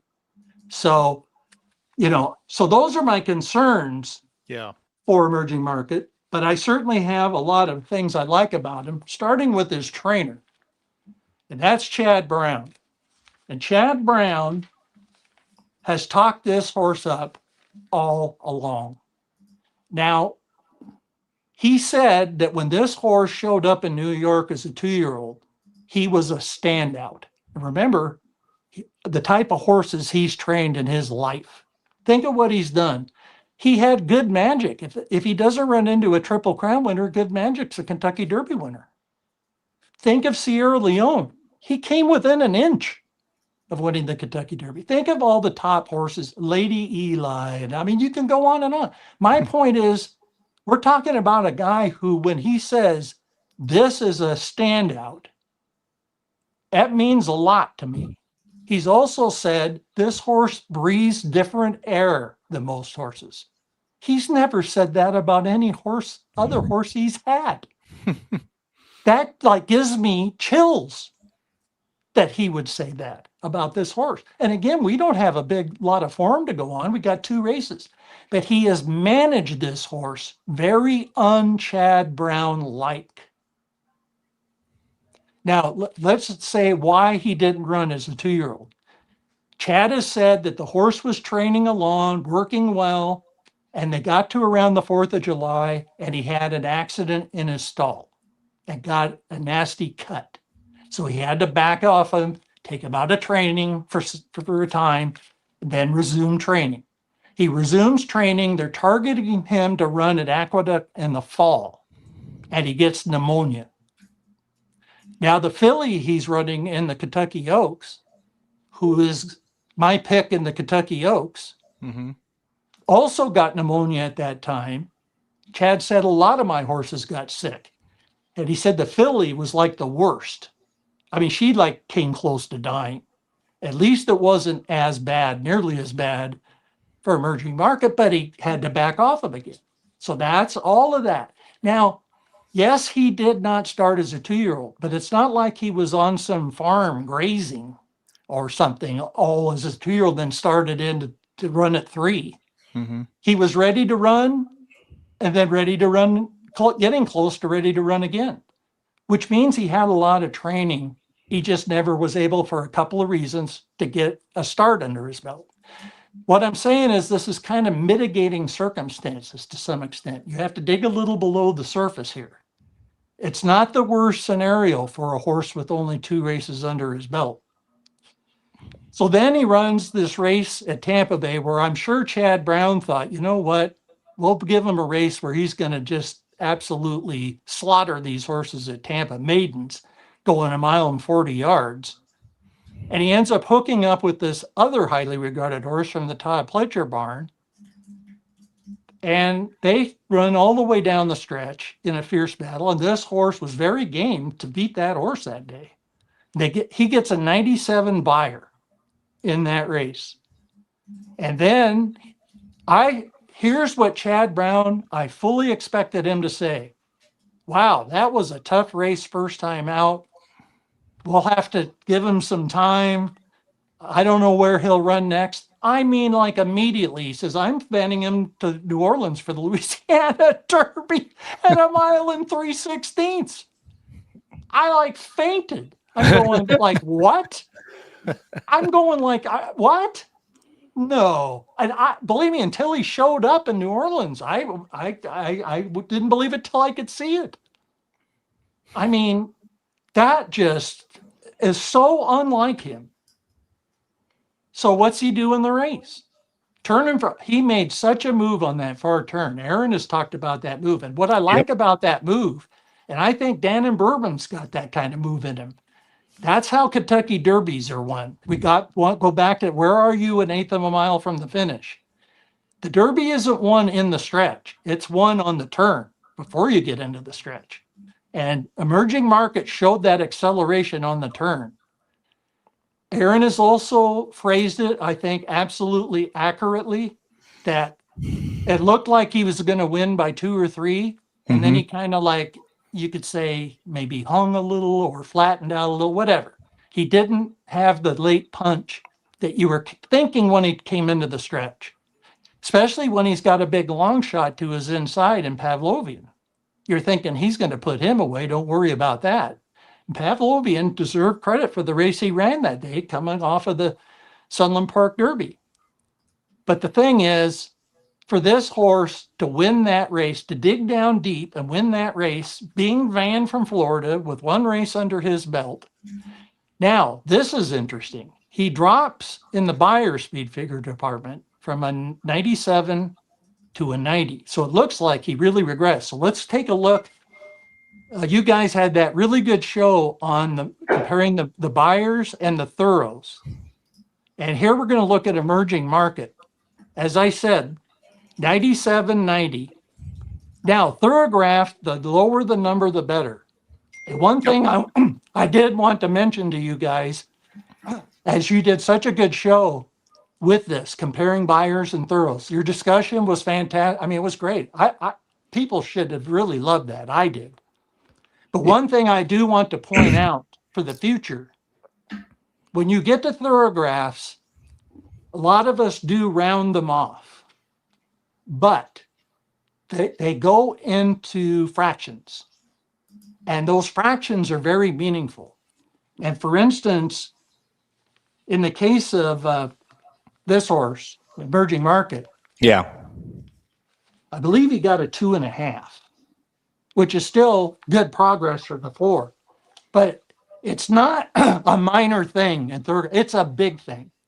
In other words, the difference, if it was 2.5 between a 2.5 and a 2, it doesn't sound like much, but the way those thoroughgraphs are made, one thoroughgraph is way more. It's like 5 buyers, is basically about what it is.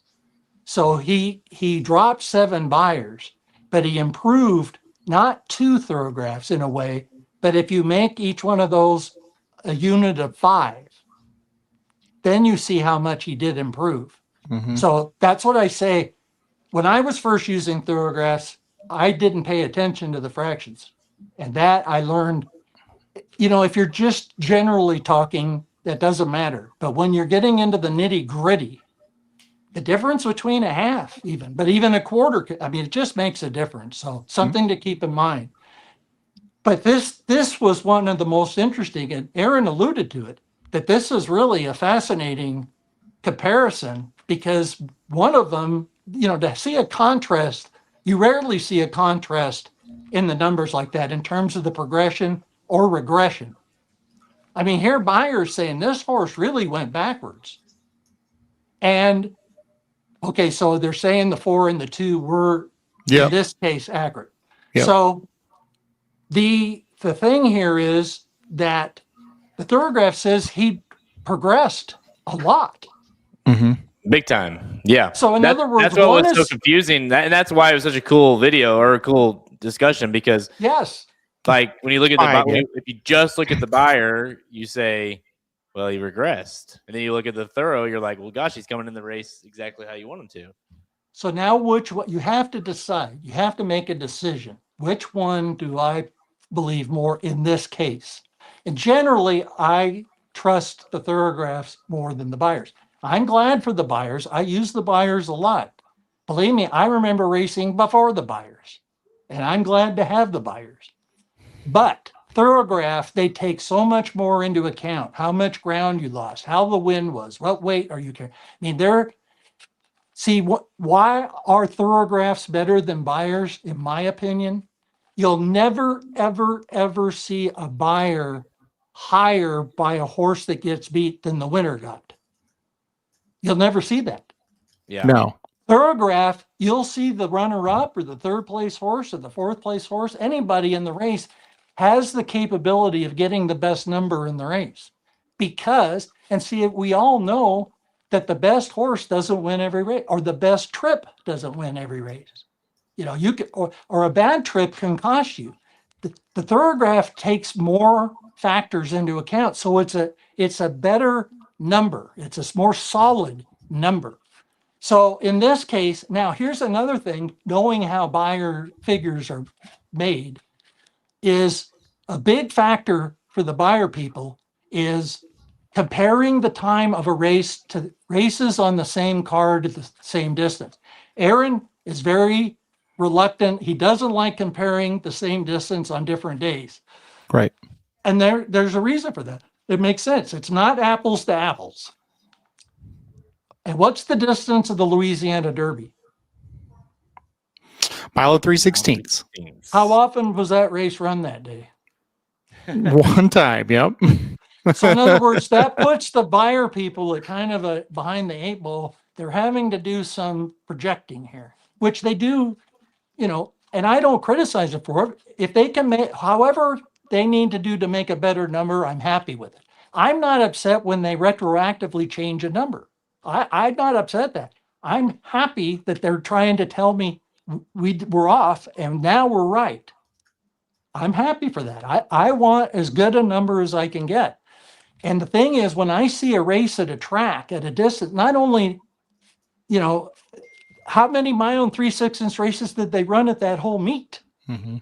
No, probably none, right? I don't remember them running any.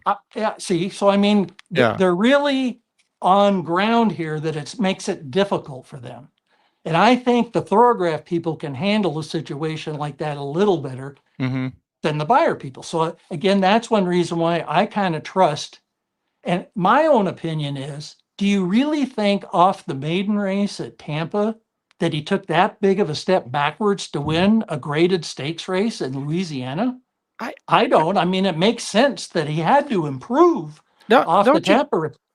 Real quick, John, don't you think it's almost more likely that the Tampa race may have been overrated? And that's you know what possible too. But yeah, I will say they both could be possible. I almost think the Tampa Bay race is overrated and the Louisiana Derby is underrated a little bit. But go ahead. And I wouldn't argue. I think that I would say that's quite possible. I will say what to me adds validity that they're, at least if they're not totally on target in Tampa, that they're close, is the gap from those two that battled to the finish to the rest of that field. It was like 16 lengths. I mean, they were a block ahead of the rest of those horses. And watching the race, it looked like they ran fast that day to me. Again, visually. Again, I don't need the number. I thought it'd be in the 90s. Let's put it that way. Now, you're right. Maybe 95 would be a little better. And maybe the Louisiana race, give them a 92, 94, whatever. But the point is, I do think, in my mind, I think he had to run a better race in the Louisiana Derby than he did in a maiden race at Tampa Bay Downs. Yeah. So the one I think there's a better chance it's off is for them, the Louisiana race, for him to make such a drastic drop to the 90. I didn't buy it when they put it up. And one reason I was skeptical again is because of the distance, because they just don't have much to go on when they get these quirky distances. They have trouble like the Kentucky Derby. I mean, how many 1.25 mile races on the dirt are run on Derby Day? Yeah, none. How many mile 3/16 races are run at Pimlico or now Laurel on Preakness Day? Yeah, none. Again, yeah. I mean, in other words, and that's such a big part of the Buyer formula. It's such an important thing to them. So when you see these cases like this where they can't rely on that, they're really shooting in the dark more for them. So, but this is why it was so great that you guys discussed this, because that you don't see this very often for them to be in conflict that much. And I think, this would be a good segue to your next one, because whenever you look at, you mentioned that how, they don't always, with thoroughs, they don't always mean the winner of the race got the best, or vice versa. Like, I believe in the Florida Derby, the Puma actually got the lowest thorough out of anybody. He got a 2, I believe, in that one, which is perfect segue. But Chief and Commandment both got 4s. So to your point, like the Puma gets beat, he still ran the low thorough of the race. Exactly. So, and I like that about the thoroughgrass, because, like I say, that's the way racing works. Mm-hmm. I mean, this is one reason I moved him into 4th from 5th. He's grown on me all spring. Yeah. I mean, this horse has really grown on me. Aaron was talking about him earlier this year, and I was just kind of thinking, I don't know about this horse. I don't know about this. I totally agree with you, John. I mean, I was like, really, the Puma? I mean, really? I mean, what do they think? He's the next Mage? What do they? Well, actually, I think he's better than Mage. Yeah, I do. I mean, he's coming into the race with a Hunter Buyer. Mage didn't come into this race. And another thing Aaron has said that I agree 100% with, and if you look at Mage's past performances, his Derby sticks out like a sore thumb. Oh, totally. He ran the race of his life that day, and that's the only time he ran a race like that. You know what I thinking how I was gonna describe this with you guys, and especially how Aaron has talked about that race being so much better than anything else he ever did in any of his races. he was a one race wonder. Yeah. I mean, he was a one race, in music, you get a one hit wonder. He was a one race wonder. And that's the thing that makes me kind of really respect the Puma. I don't, to me, I think the Puma wouldn't have any problem beating Mage. I would bet him in a minute against Mage. What do you make of? Because this was all, I was talking about this earlier today with a buddy of mine, where I'm with you. Like I've gotten so far where I'm like I'm considering picking the Puma to win, and I'm also a little torn. I did see he was on the track today. He did like kind of just galloped, but it was no works this week. That he decided not to work the horse prior to the Derby this week. What any negative thoughts in your mind with that? I'd have more negative thoughts if it weren't connections that already won a Kentucky Derby. But the fact that they've already won the Kentucky Derby with a horse that I don't think was as good as this horse, they know what they're doing. And remember, a big key to the top trainers is treating their horses as individuals. Don't force them into your mold. Mm-hmm. Treat them because they're such an, listen, we have 3 cats. These cats have such different personalities. You can't believe it. I mean, they're just, and they have real personalities, but I mean, they're so different. And it's the same with horses. Some horses have to have the same routine. Some horses, it doesn't matter. They can do anything. I mean, it goes on and on. Some horses have to be fed more, less, whatever. I mean, listen, I'll give you a good example here to go back into my experience in racing.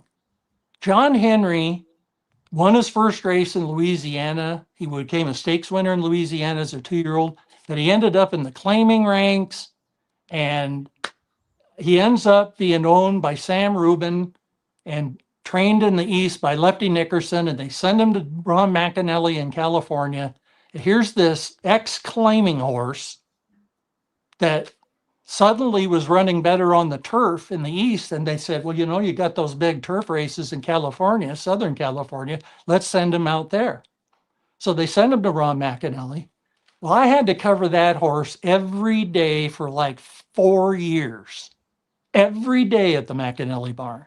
And I was standing next to him, clocking John Henry with Ron McAnally, to the point that I could read Ron McAnally enough. I would show up. I'd say, when's his next workout? Tomorrow. I'd show up. I'd have my notebook. I'd have my stopwatch. Ron would say, well, John, what are we doing today? I'd say, well, is it an easy half? Yes, it is. Next work, I'd show up. Well, John, what are we going to do? I'd say, a pretty stiff half? That's right. I mean, it wasn't like you couldn't see the pattern. You'd see the pattern. But more important than the pattern was they treated John Henry different than most horses. What I mean by that is Ron McAnally's barn was all the farthest away from the track, where the barn's farthest away from the track. So it was a real long journey to get to the track. So when I would go to the McAnally barn, first thing I'd say, what's he going to do today? Oh, he's going to just go to the track and jog, whatever, or gallop. Okay. And I had to talk to so many different trainers, because in those days for the racing form here, we had to run down all the graded stakes races to say who are the probables, who are the possibles, who's riding, what's the workouts for every graded stakes race. So, I mean, I'd have to talk to like 20 trainers at the least every morning, but I'd go to that McAnally barn early. And so I'd talk to 2 trainers, I'd come back, and Louis Senecola, the exercise rider, they would have gone about 5 to 10 steps, and they're just standing there. And I'd say, are you going to get to the track this morning? Or don't worry, Pappy will get me there. I'd go talk to another 2, 3, 4 trainers. He'd be another 5, 10 steps. I'd say, are you sure you're going to make it in time? Don't worry, we'll be there. It'd take him like literally a half hour to get to the track, but they didn't push him. And McAnally had a huge barn in those days, over 30 horses that they also had to train and tend to. but they let John Henry do what he wanted. They didn't make him not do what he didn't want to do. And when he finally got to the track, and I've got some photos of this, at the 1.25 mile chute where they would have a small starting gate, John Henry would take a few steps onto the track and they would let him stand there for like another 15 minutes, just stand there watching the activity. And by then he'd say, okay, I'll train. And he'd go out and train. But that is the thing, is they knew what worked. And that was a big part of what turned him around and why he became one of the greatest geldings of all time. So that's where I say with these guys, I don't know if there's a difference in personality or quirks or whatever between Mage and the Puma. That's something, if you're covering the Kentucky Derby, you would want to ask the connections. Are there similarities? Are there differences? What are they? I'll say this, and this is why I've gravitated towards the Puma. And honestly, the Puma and Commandment specifically, maybe a little further ado in there, but the Puma will stay with that because when you look at Mage, the thing that made him, in my opinion, the winner that day was he was able, because you remember, our own Mike Somich picked Mage to win. Great, but he didn't think he was going to do it from the back of the pack, right? So finding a horse, and I think with the Puma, who's found ways, he's shown that he can win near the pace. He's shown that he can win well off the pace. Run well, I say. He's won once, but run well off the pace. He ran from way out of it in the Tampa Bay Derby. The Florida Derby, he was a little bit more tactical. Point is, I think in a Derby, when things could go haywire, all of a sudden the Puma finds himself in 12th place versus, where, he's used to. He can still run a good effort. And to me, I think I like the versatility of the Puma and Commandment for that matter. Well, look at the graphic. I'll point out two things. First, the fact, how can you not have a better thoroughgraph pattern coming into the Kentucky Derby than that? Yeah. Mm-hmm. Oh, yeah. I mean, to me, that is as ideal as you can get. 8-4-2. I mean, now look at the picture of the horse. That is a nice looking horse. He looks the part. Look at his hindquarters. There's power there. That was one of the big keys about Secretariat. Charles Hatton, who I idolized growing up, that covered racing first for the Blood Horse, then for the Racing Form. He wrote these profiles in the American Racing Manual that I used to read at breakfast in the morning and make my mom read to me in the car when I would drive her to the store or someplace. The guy was just the most phenomenal rider you'll ever see and was so knowledgeable in racing. I learned so much from him reading those profiles of horses because he would delve into their breeding, delve into their physique and their conformation. And one of the things he pointed out about Secretariat, people now know he had an extraordinary large heart and he could pump oxygen faster and more horses, which is why he could move like a tremendous machine. But the thing about Secretariat also that was a key to his success was when you did his measurements, conformation measurements, he had an exceptional hip to hock. And that's from his hip down to his hock. It was 41 inches, which was at that time very unusual to be that much. And I used to have horses measured by the state veterinarian up in the Pacific Northwest when I was working at Playfair, Yakima Meadows, and Long Acres. And I would pay a lot of attention to that hip to hock. So much so I would write these in my columns. I would put these conformation measurements and I would focus a lot on the hip to hock, to such extent that one of the racing secretaries up there used to call me hip to hock. I would show up in the racing office in the morning and he'd go, "Good morning, hip to hock." But that, looking at the Puma here, I can see it right there. And that's that propulsion behind where he's pushing off. And see, this is the thing I like about Danon Bourbon again. I think he's got that power behind the way he finishes his races. And unlike Emerging Market, who has been described by Chad Brown as a greyhound or a cheetah, he's more Secretariat-like, where he's got that power. And this horse looks to me, this isn't some kind of feminine looking horse or whatever. This is a powerful looking horse in that picture. Of course, I'd have to really get Ryan's sister, whether she would swipe right or left, to really know. I've been trying to get his sister for a long time, John. Good luck with that. Want me to grab her? She's here. Oh shit. All right, John. So it's that moment. I think it's the moment for everybody's kind of waiting for. Do you may pull up are you ready to introduce your top 10? Yeah, that's fine, because the one horse we haven't discussed is the horse I'm picking third, which is Further Ado. So that you can go ahead and put that top 10 up.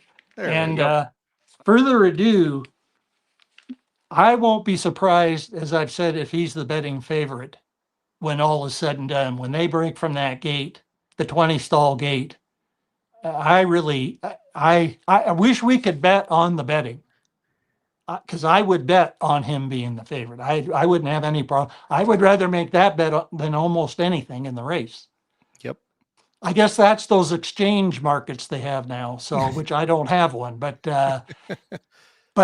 Further Ado, I mean, at one point, and to show you how volatile this lead up to the Kentucky Derby this year, in my top 10 each week with Aaron, I mean, I had Further Ado kind of down there a bit, fourth, fifth, whatever.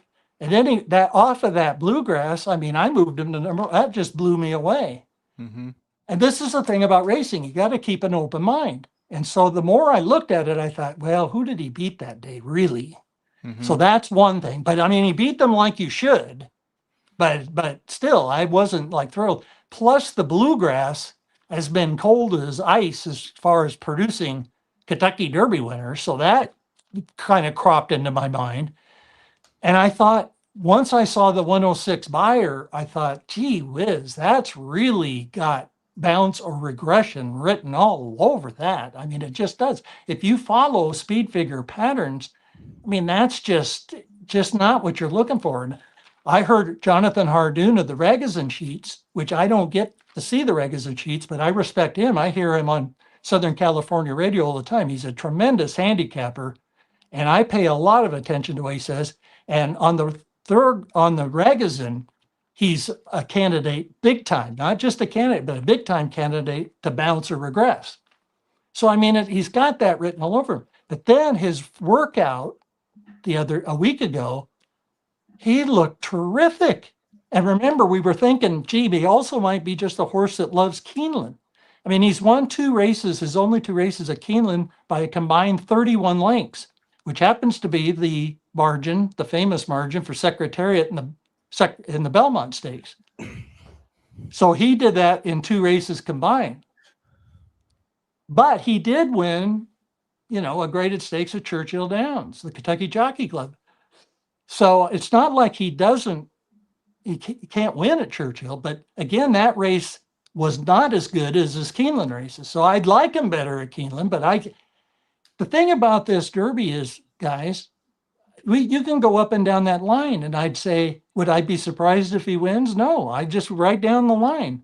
I mean, like I say, I had Potente way down. Now, back to Further Ado, I had him up to number 1, and the next week I had him number 6. And now, because he had another good workout at Churchill, I've moved him back, and he drew better than Renegade to me. Mm-hmm. So, I had Renegade up there, and he has kind of steadily slipped. So, and look, can he win from the post 1? I mean, the last horse to do it was Ferdinand. And Ferdinand got one of the masterpiece rides by one of the greatest jockeys of all time, Bill Shoemaker, who dove down to the rail boldly in the upper stretch and won the race. And we haven't had a horse from the 1 hole. Now, 1 is better with this new starting gate. And they showed that on FanDuel. And that was very, very good work on their part, because they had the camera showing what it looked like breaking from the 1 post position where they had the 2 gates. And you were staring right at running into the rail. If you went straight, you were running right into the rail turning for home. So you had to angle out. You had no choice. And you're trying to angle out while 19 horses Yeah. or 18 or 19 are coming right down on you. So look at the lucky. My dad said Baffert should have scratched. Then they took the camera 30 feet over. They said that was the difference. 30 feet over, and you look down the track and you look straight down the track. Mm-hmm. Now, that doesn't mean still with 19 horses trying to come down on you, you're not going to have problems. And you guys discussed this really well. In other words, he's even with the new gate, it's just not really what you'd pick. If these guys could pick, there's no way they'd be picking number one. Mm-hmm. So, I mean, I like the horse a lot. I love the way he finishes his races. I love like how he can, that final 16th, he can really kick into high gear. I mean, you watch the Arkansas Derby, he can win this race. There's no doubt about it. He can, and I've got him 6. And Yeah. I mean, he is a serious threat here with a commandment. Look at him. I got him 7. All he's done is win 4 in a row. Now, you mentioned the Florida Derby and the Puma in that, and that he got the best thoroughbred. Another thing about the Puma, in my eyes, he won the Florida Derby. I consider for Jon White, he's the Florida Derby winner. And you say, well, why is that? Well, yes, Commandment was the official Florida Derby winner. Without question, he earned it. He had his nose there but when you watch the race live, I thought the Puma won. When I watch replays, I think he won. And so it boils down to he had one of the unluckiest head bobs or nose bobs in the history, to me, I've ever seen.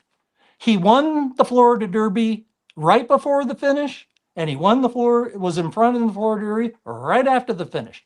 That one split inch, Yeah. he lost. So do I say, wow, Commandment's obviously, no. I like the Puma out of the race better. I really do. He ran it, and you're going to get a better price. It's funny to me how, and yours is good. It's really, I'm thinking about it as you say it. It's funny how the perception of I don't even know what an inch is correct. I mean, a millimeter can change the perception of because now you're like, well, Commandment doesn't lose. He keeps winning. He finds ways to win. If it flips the other way, and I text Halterman the moment they cross the wire, so congrats. And he's like, I don't know. I was like, no, he got it. He got his head down. It's fine. I thought he got it. I to be honest, I thought he got it. And Cameraman thought he got it. Cameraman went to him when they were galloping out. Anyway, sorry. And if you change the perception of the Puma winning, let's say he won that race, say he got the bob, he got the nose. Now all of a sudden he broke his maiden in the Tampa Bay Derby. Went on to now beat Chief Wallaby and Commandment in the Florida Derby, and now all of a sudden it's like, gosh, he's coming in there now. And then now it's like, well, I don't know, he didn't, I don't like the way he got caught in the Florida Derby or whatever, whatever. And so, yeah, I mean, it's a good point. I mean, that horse, like I say, he's just grown on me more and more. He even moved up today, seeing that picture of him there. I mean, that's about as good a looking horse as he's striking. He's a strike, and I love that back end to him. You can see power there. I mean, that horse. Oh yeah. I mean, but here's the deal. If you said I'm picking Further Ado, which I think most people, he's going to get the most betting. I think he'll be the favorite. I wouldn't say, wow, if you pick Renegade, if you pick Commandment, if you pick, I'm not on the Chief Wallaby bandwagon for a couple of reasons. One is I don't like the blinker situation, because I went back and looked through the history of the Kentucky Derby since they first started grading races in 1973. So from Secretariat's Derby to now, how many horses added or subtracted blinkers and won the Derby? 1. Sea Hero. 1. And you know what? I think he would be a better pick in the Kentucky Derby with the equipment change than Chief Wallaby. Why? What is this show called? Blinkers Off. Yeah. That was Sea Hero. He took Yep. blinkers off. Oh no. Chief Wallaby, he's blinkers on. There is no blinkers on show. Nah, it'd be lame. It'd be so lame if there was, anyway. Yes. It would be. But I mean, that's the thing about that is, and I've always considered this. Do you know how many horses from 1973 to now added or subtracted blinkers in their start before the Derby and won the Derby? Because Aaron, you've said a few times, I would have preferred, if he's going to make the blinker change, that he did it in the last race, the Florida Derby. That's less than the Derby itself. Yeah. 0. There's never been a horse add blinkers or take blinkers off and then win the Derby in his next start. 0. And it makes sense, because if you have a horse that's going to win the Kentucky Derby most of the time, and again, we have all these exceptions, and you get more exceptions when we have such lightly raised horses. It raises, it opens the door for many more exceptions. But it makes sense that trainers aren't already, they're thinking, I got to add blinkers, take blinkers off. At this point, if they're going to win the Kentucky Derby, usually they know that by now. See, sometimes this thinking outside the box is how you could really eliminate a horse or like a horse. You guys said before the Arkansas Derby, you didn't like litmus test. You said, if he's really that good, would Bob Baffert leave him there if he's the Derby winner? Would he leave him? Or if he's the normal Baffert horse, he'd be back in Southern California where Baffert can keep an eye on him. Yeah. And then there was. Did you see the quote whenever they were talking to Baffert and they were asking about Patente and the work, and then said, "Oh, litmus test worked the other day," and he goes, "I don't know, I wasn't here." There you go. Like, well, all right.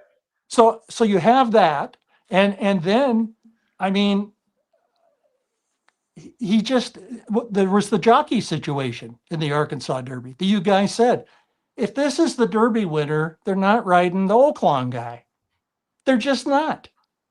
They're going to get one of the top guys. I mean, it's nothing against that rider, but then he's the poor guy. They decide we better try to really take him way off the pace. And that was a complete backfire. Take the blinkers off. And so this is what I mean by, if you have a Derby winner, you're not doing all this experimenting. That's what's going on with Chief Wallaby. They're experimenting right here to the Derby. But on the flip side, you have to say, again, these are lightly raced horses. He's obviously a very talented horse. Anybody that tells me that's wrong, they're wrong. He's very talented. And he has one of the greatest trainers of all time. So just because he's adding, now, I will say the superfecta king for the Kentucky Derby, Mike Somich, I know how much he likes the horse. Would I be surprised if Mike Somich isn't smiling because he wins or at least gets into the superfecta? Not at all. I have him in my top 10 out of the respect I have for the talent and Mott. But is he a horse that I'm really like loving here or liking? That's why I like other horses above him, 7 of them, as a matter of fact. But I mean, this thing, I go back to what I said. We had wide World of Sports. We got a wide Kentucky Derby here.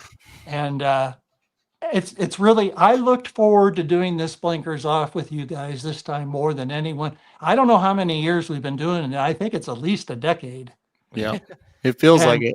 Yeah. And I just was really, once I sunk my teeth into the Japan form of that horse and everything he brings to the table, from breeding, the way he looks, the tactical speed he has, the fact he can get out of the gate, the fact that he's run so much faster than horses that we respect, especially Forever Young. And again, like Aaron said, maybe they were off on the time, but that would have meant they were off in both of his races, because in the race that I compare against Forever Young the most, where they ran on the same track, Forever Young kind of he did not make the improvement like this horse did. This horse improved by a second from his debut to the Fukaru Stakes. Again, that's 5 lengths. He ran 5 lengths faster at the distance in the Fukaru than in his debut, and approximately. But that's all we have to go on, are the times and the approximation. And again, I just love the way he does it. When you watch him come down that stretch, I mean, to me, this looks like a serious, special equine athlete. And when do you ever get 20-1 on a possible, and that's the key word, possible, exceptional equine athlete? When do you ever get that? You may never, and you may never. Well, Never. if he is that, you'll never get it again, obviously. So, by the way, I checked. I believe that our first one we did was back in 2016. Wow. Which would make this the 11th year. Wow. In fact, it was so long ago that Blinkers Off was Blinkers Off 178. We're on 780 right now. Wow. That's incredible. It's been a minute. I don't even remember 2016 Derby. John, for year after Pharaoh, who won the year after Pharaoh? Nyquist. Nyquist. There you go. Yeah. Well, Right. in those early days of my visits to Blinkers Off, it was by phone. That's right. That's right. And do you remember? You get one? Yeah, go ahead. Well, I was saying, do you remember the very first one we did? What happened? Yes, Yeah. it was like a tornado storm alert, and Yeah. you guys were having trouble staying on the line. Yeah, we lost power. I lost literally the thing. It went off because the middle of a tornado warning. That's what that's how much love we have for you, John. We withstood the tornado warning as long as we could. Yeah. Yeah. All right. Yeah. But this year, I mean, listen, we've seen a lot of insane. I mean, in those 10 years, we've seen insane performances. We've seen, beasts of horse do the thing, do their thing. This year, I'm with you. This has been one, that I'm in Monday, April 27th, the week of the Derby, and I'm still, scratching my head a little bit on who I'm going to end up putting on top. This is a tough year, but in your case, if you are right, you're definitely going to get paid for it. Well, Andy Serling again said, I think there's an extremely good chance that the winner's coming from these 7. And he said, but I have no idea which one I'm picking right now of the 7. And I mean, this is what like I say, listen, I've been making Kentucky Derby top 10s for forever. Yeah. And I've never had a horse do what Further Ado did, to be kind of up there, then drop, then surge to number 1, and then drop to number 6. And that's, to me, the volatility, but like I say, I don't need to go any further from this point on because the horse has shown up. He's looked good on the track. He drew okay, unlike Renegade. And so, I mean, for me, I don't have to be still making up my mind. It was kind of hard because I like emerging market that much. And he's got Pratt. That's another in this race. I like that. I can see Pratt winning this baby, on emerging market. I mean, that horse, the way Brown not only has talked about that horse, but actions speak louder than words. There's a reason for that phrase. It's what Brown has done that, like I say, and then after he won that Louisiana Derby, I didn't mention this earlier, but I fully expected him to say, and in fact, I said on our Derby update, I said, if they decide to run him in the Kentucky Derby, that was on Monday. So I wrote it on Sunday and Aaron showed it on Monday. Yep. I wasn't sure because I fully, look, Brown's past performances again are to kind of skip the Derby and go to the Preakness. He's had such success. He's done it twice and won the Preakness. With this horse, with only the 2 races, I thought he'd at least hem and haw. He didn't hem or haw. He goes, we're going to the Kentucky Derby. And the reason is because of these other things that I've learned since then, where he's felt he's a standout. He breathes different air than most horses, this type of thing. He says, I watch him every day and he just does nothing wrong. In fact, here's another thing he said to Marcus Hirsch at the Daily Racing Forum. And this really is quite a statement. He said he's always acted a year older than he is. He says he's acted as a 4-year-old when he's a 3-year-old, and he's acted as a 3-year-old when he was a 2-year-old. Now, Chad Brown's never said that. I've never heard him say that about any other horse. He didn't say that about Good Magic or any of these other good horses he's had. No. Sierra Leone. So when you get it, and look, I think the Puma, was going to be, that's one reason I'm shaky about having Renegade so far down. I had respect for both of those horses. Mm-hmm. And, I'm sorry the Puma, didn't make it. I think he's an exceptional horse too. He would have been right in the mix of this thing. Yeah. Yeah, the other thing with emerging market, and I know you've heard this too, but Chad talks really highly on him, but he had an interview this week, and I loved it. He was talking about emerging market and Always a Runner both, and how that they had their issues with sickness and just little things. And he said, look, they both have a lot more foundation than what you're seeing on the page here. He goes, man, we almost had these horses ready to go several times in the summer. Exactly. We couldn't do it. And he said, the way, our barn is, we're not pushing these horses to anything. He goes, but they've still taken us here despite everything working against them.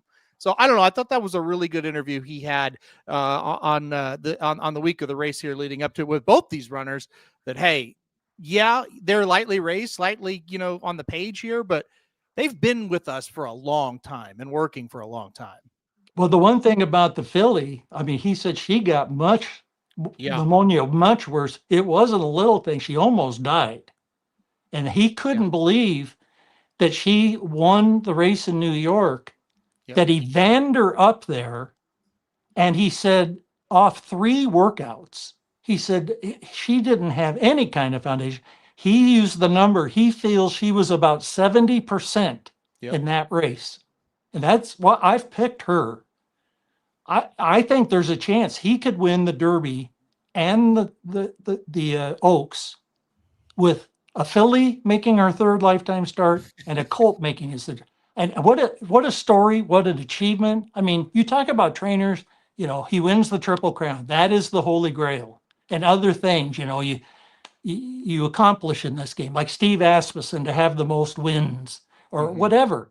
That would rank among the all-time achievements, not just in the Triple Crown races, but in American horse racing history. If this guy pulled this off to win both with 2 races under their belts, and it's possible.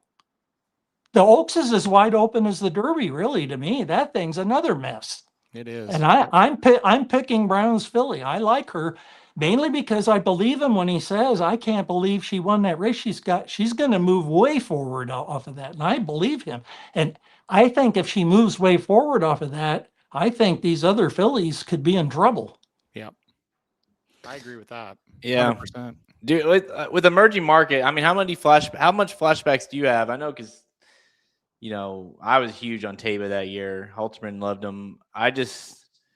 and you go back and look, like Taba was a really good horse after the race as well. Like it just the Derby just has a way of those gates pop and you're just get smacked right in the face with inexperience, And I know, and I understand what Halterman you're saying.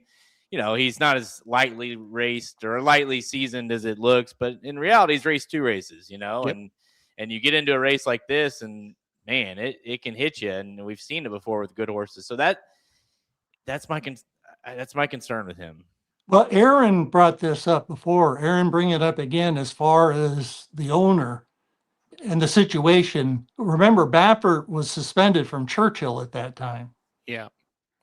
Yeah, it was a mess. So if you remember, what happened was Taba was sensational in a maiden special weight. And when they suspended him, I think it was the second year, it was from the beginning. Baffert even if he trained a horse that ran in a Kentucky Derby prep race, he couldn't get the points. So they had That's to right. transfer Taba to Tim Yaktine for the Santa Anita Derby, which is the second start.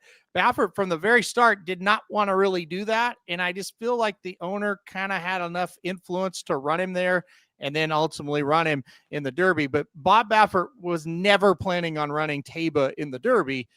Where Chad Brown, he said, and again, it could be trainer talk, but he literally said, yeah, we kind of, once we saw that this horse had a lot of talent, we had it in mind. Like they worked backwards from that maiden race to the Derby. So it's a little bit more of a planned move from Chad Brown versus the owner was kind of pushing when it came to Taba. And that's a big, big difference. I mean, it is. I mean, Brown was thinking of this horse as a Kentucky Derby horse last year. Mm-hmm. And believe me, that's a small number of horses, and he's got a ton of them, but there's very few that were 2-year-olds he's already thinking of the Kentucky Derby. And that goes back to how much, he high up on this horse he is for various reasons.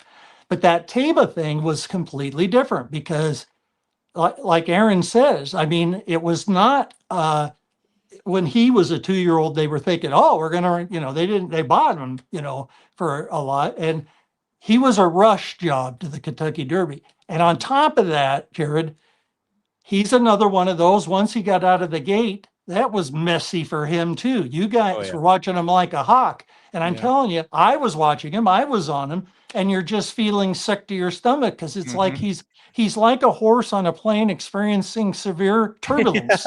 Yeah, right. I mean, this horse, you're going like, this is not good. I mean, and that's what going back to Danon Bourbon when the question was asked, how would I feel if he's getting something like that? I wouldn't feel good. And maybe he could overcome it, but probably not because very few horses can overcome something like that. So I think it was helps just that emerging market drew outside as well here. I agree. Correct me if I'm wrong, wasn't Taba was he like 12 or? I want to say 8, but I could be totally wrong. I felt like he was right in the middle. The point I felt like he was in the middle. Yeah, he got smacked around, and I think with emerging market, you've got Pavlovian and 6-speed to his outside that are going to want to go from the jump out of the gate.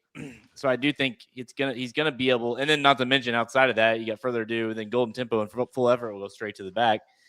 So it should be able to get a somewhat clean trip versus being up in the inside. 12 was Taba. 12 was Taba. Okay. Right. You were right. Yep. Yeah, we will. So we will have our official the picks. This is the Jon White show, so we'll have our official picks later in the week for our official Blinkers Off Kentucky Derby preview. So stay tuned for that. Of course, you get our picks at Racing Dudes in the Betting Bible. We're working on that as well. I also will have an article for racingdudes.com. Oh, yeah. So that'll be coming up. It'll go over a lot of what we discussed today. So that'll be sitting there for people to peruse on the website. There is no shortage, let me tell you. And it is a shameless plug, but there is no shortage of information that's on the website now and coming in the next 3 or 4 days, from pace analysis of this race, the yokes, the Derby previews. And then, of course, more Blinkers Off episodes coming. Halterman and I will be live during the Kentucky Derby as well here on Saturday. So hope you like our voices and our faces. There's no way they do. They don't like our faces. There's no chance. But, listen, we'll be here anyways. All right. Any final thoughts, John? Yes. Love it. Oh my gosh, dude! I wish. I don't know where Cohen. He has it in his room or something. So this year in their classes, they did for the Olympics. They all got, each classroom got a country to kind of learn about and everything. His class got Japan, so he's got a Japan flag somewhere in the house. It might be a sign. Well, there's a Japan aspect of the hat I'm wearing too.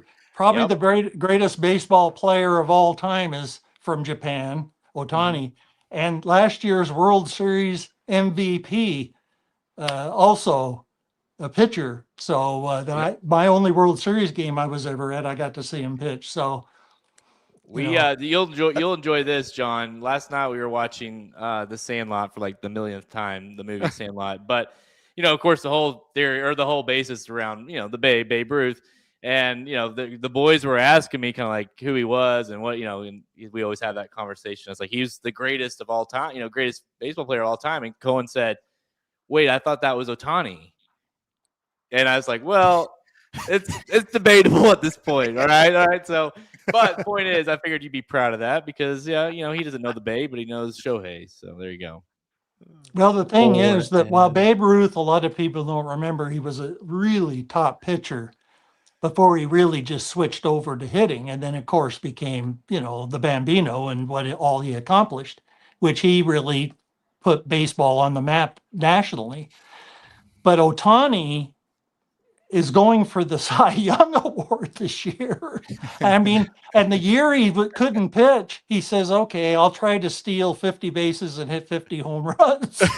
And one thing Babe Ruth wasn't going to do was steal 50 bases after eating 50 hot dogs, before the game. So, and I always felt Babe Ruth was the greatest until this guy came along. And I mean, to be the pitcher he is, in addition to the hitter he is, and steal bases. I mean, this guy's like a phenom. I mean, so I'm hoping Danon Bourbon is a phenom, very similar. So I hope I got my fingers crossed, and he'll probably finish well beaten 14th or 17th or something. But like I say, at least I'm not hopping in there on a 4-1 shot or 5-1 shot, 6-1 shot. I can't almost see any way he's not going to be a pretty nice price. Oh, no question. Yep. Well, go ahead. No, he's going to be 15-1. I think that's my prediction. I think he'll go down, but I don't think he's going down much. So, yeah, it's I think too. John, as well as anybody, right? That's why the odds or the morning line is so important because if he's a morning line of 12-1, he's probably going to 10-1. But if he's a morning line of 20-1, he probably is not going to get too much down to quote 12-1. So it is such a big part of that in perception when you have those, the morning line at that high. So, listen, this is we've had 1,500 people in here pretty much steady the whole time and tons of comments, and I can't keep up with all of them. But as always, John, I guess I just need to say the same thing I say every year. It's amazing having you on, and very lucky to have someone like you kind of dive into the Derby like you do every year for us. So we appreciate it. It's my pleasure, guys. It's, in my blood, let's put it that way. And that'll always be the case. And we started the show with my very first Kentucky Derby pick, Dancer's Image, and he got the job done. And I'm hoping that Danon Bourbon, wait a minute, let me get my flag, can do the same thing. Well, we'll see. We'll jump back. We'll see what happens next week and see if John's waving that flag or maybe he's just got just the white flag after next week. I feel like I'm Tony Kornheiser with his Canadian flag. You better have that flag waving whenever they hit the stretch. That's all I got to say. There you go. All right, John. Appreciate it as always. See you, man. See ya. Well, I mean, are you surprised at how that went, Halterman? No, it's perfect. I certainly was very excited to hear him make the case for those two horses. Look, I'll be flat out honest. I think Emerging Market has a massive chance. And I'm still not completely sold on Danon Bourbon, but I'm more sold now than I was. I'll tell you that much for sure. So I don't know, dude. It's just kind of. I don't know. I got a little emotional when you were talking about this was our 11th time we've done this. It's just wild, right? I couldn't honestly. When he said it's been a decade, I was like, no, it hasn't. I was like, no, that's too long. No, it has. That's insane. I know. So. I don't know. It's just it kind of I don't know. It just kind of hit me. It's like, well, we've been doing this for a while, and it's crazy. It's crazy. We were just two idiots that started something, and now Jon White's been on our show 11 years before the Kentucky Derby. I mean, it's a wild thing. I don't know. I really did because it's you don't think to meet people like this, let alone work with people like this. And so it was nice. It was a great show. I thought it was great. Yeah. People don't realize it, but when a guy like John tells you did a good job on your coverage of this and that, or the videos or whatever, you're like, yeah. A little pat on the back for myself because you're like, okay, that someone, that's pretty awesome because a guy, like you said, a guy that we have had and, before we knew him, we definitely looked up to and we still do, but it's just it's pretty cool. So he loves. Listen, I mentioned in the comments, you can disagree with the guy. You can, Lord knows we do, right? That's the whole game. It's the point of the game. Sometimes. But the dude shows up every time with he's backing up what he believes, right? And that's really all he can say. Like, hate his pick, love his pick, whatever. He's going to give you information that you can at least use, and if you want to use it or not, right? So, but I will say this, fly the Japan flag all you want. We won the gold medal in hockey. I'm flying the American flag. I'm sticking with the gold medalists. It's our year. Oh, all right. Like every year. No. A little international debate here, huh? No, we'll see. I'm gonna try to find that Japan flag from Cohen. I might have that in the background. It was such a great show, and then when the flag almost broke me, I about fell because you don't expect it. That's what I mean. Like you just don't expect that. So. Nope, I didn't. I kind of was hoping he would have like a cat, have it attached to the back of the cat or something to walk on, behind him on the back of the. Well, I kept calling Darby. I said, "Come here." They're talking about the Puma. She wouldn't come over here. No. So. Yeah, the Puma's going to get a lot of play. The horse that's going to get the most play, I've decided, at least I don't say undeserving play, but just maybe based off the name and story is So Happy, right? That horse is going to get. I mean, if you guys haven't seen it, like it's floating around on social media with the kind of what the background of Mark Glad and kind of the horse, and it's unbelievable. Honestly, he brought me to tears, and I'm like, shit, I can't. I want to pick this horse. I want him to win. I've never, anybody that gets around to if they're going to be picking them. So. I've never, maybe rooted for a horse harder, and of course the story is heartbreaking. But if you put that story aside, which you shouldn't, but if you do, if you follow racing like Mark Glad. I mean, you got to love him. I mean, I love him as a trainer. He's a good trainer and a good guy. And then Mike Smith being back in the Derby. And if Mike Smith could win a Derby, how amazing would that be as well? It would be a great story. I don't have him picked. But yeah, if he's coming down to the wire and he's ahead, I am not going to be upset. I know that much. Well, hey, it's going to do it for us. It's Noise is a kind of a show that it's like kind of feels like when you like left a class where you're like just the amount of knowledge has just been almost overwhelming, and you're like tired, and you're like, I need to like digest all this and go home and like figure out what I'm going to do now. So I think everybody needs to take what we just saw. I think some of these graphics as well will be in John's article. I'll put those in there for people that need help. Because the graphics were cool too. So. But yeah, that's going to do it for us. Blinkers Off will be available. I don't know when we're going to be live, probably Wednesday or Thursday for our official Blinkers Off. See, I was going to ask, are we going to do an Oaks and a Derby, or are we going to combine it all into one big one? I don't know. Maybe do Oaks and Derby. Okay. Separate. It'll be like Wednesday, Thursday. Just look for the, hey, it's all the more reason to subscribe to our YouTube channel. Hit that like and subscribe. So that way you can be alerted when we do schedule the next show. And of course, go to racingdudes.com for everything you need at Twitter, at racing_dudes on Twitter, Instagram, Facebook. Again, the betting Bible, if you haven't done so already, it is in the works. You can go ahead and get access to that. It's in the dashboard. And so now you can just access it as it comes. So you don't have to wait for the final version to come out. As John inputs his picks, as Halterman does his, as I do mine, like it starts up building. You'll see the latest update and all that good stuff. So you can go ahead and get started on the handicapping. We have 10 trends as well, which, John obviously touched on some, the trends of the Derby and stuff like that. It always is helpful, I think, when it comes to deciding between a couple horses. But that's all I got, man. Okay. Just a quick update on the betting Bible. The Oaks, I've got my picks. John has got his picks. We've got AI, Best Speed, and Best Long Shot all in. So the Oaks we got the pick 4s and pick 5s up. So the Oaks betting Bible, coming along pretty well here. Kentucky Derby, mine should all be finalized tonight. Pick 4s and 5s should be finalized. So if you buy that, or if you have bought that, make sure to log into your account. Like you just said, it's all getting uploaded as we go along here, but you don't have to wait until everybody's. You can go view what's up now. So I love that new change, by the way. I think it's so cool to kind of see everybody's come in one by one. So I just wanted to say that real quick, but yeah, I'll let you close. I'm sorry. That's always the toughest part it's like for me, especially, this time of the year, this week, especially, it's like, to just kind of a quick behind the scenes, like Halterman, obviously he's handicapping, he's doing all the handicapping for the side, he's getting the videos out. I'm trying to, I handle all the marketing and the advertising, all that good stuff on the side. So I'm working with brand deals, trying to get, that kind of stuff set up.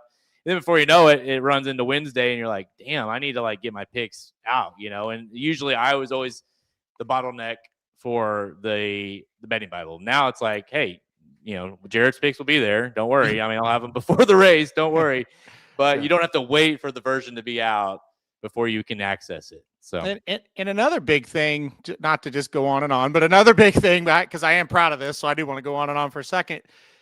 Say you're hung up on the 5th race on Saturday. Well, before the old way, the whole thing's waiting, right? Because it's all released at once. Now, if you're hung up on the 5th race on Saturday, well, 1 through 4 and 6 through 14 are on there, and the 5th will be on there when I figure it out. And so I think that's really, really nice as well. So, like I said, they're rolling in, so it's coming together pretty well. And I think I think these 2 days are just fantastic from a betting standpoint, whether it's the Derby, the Oaks, the undercard. I think it's all really good.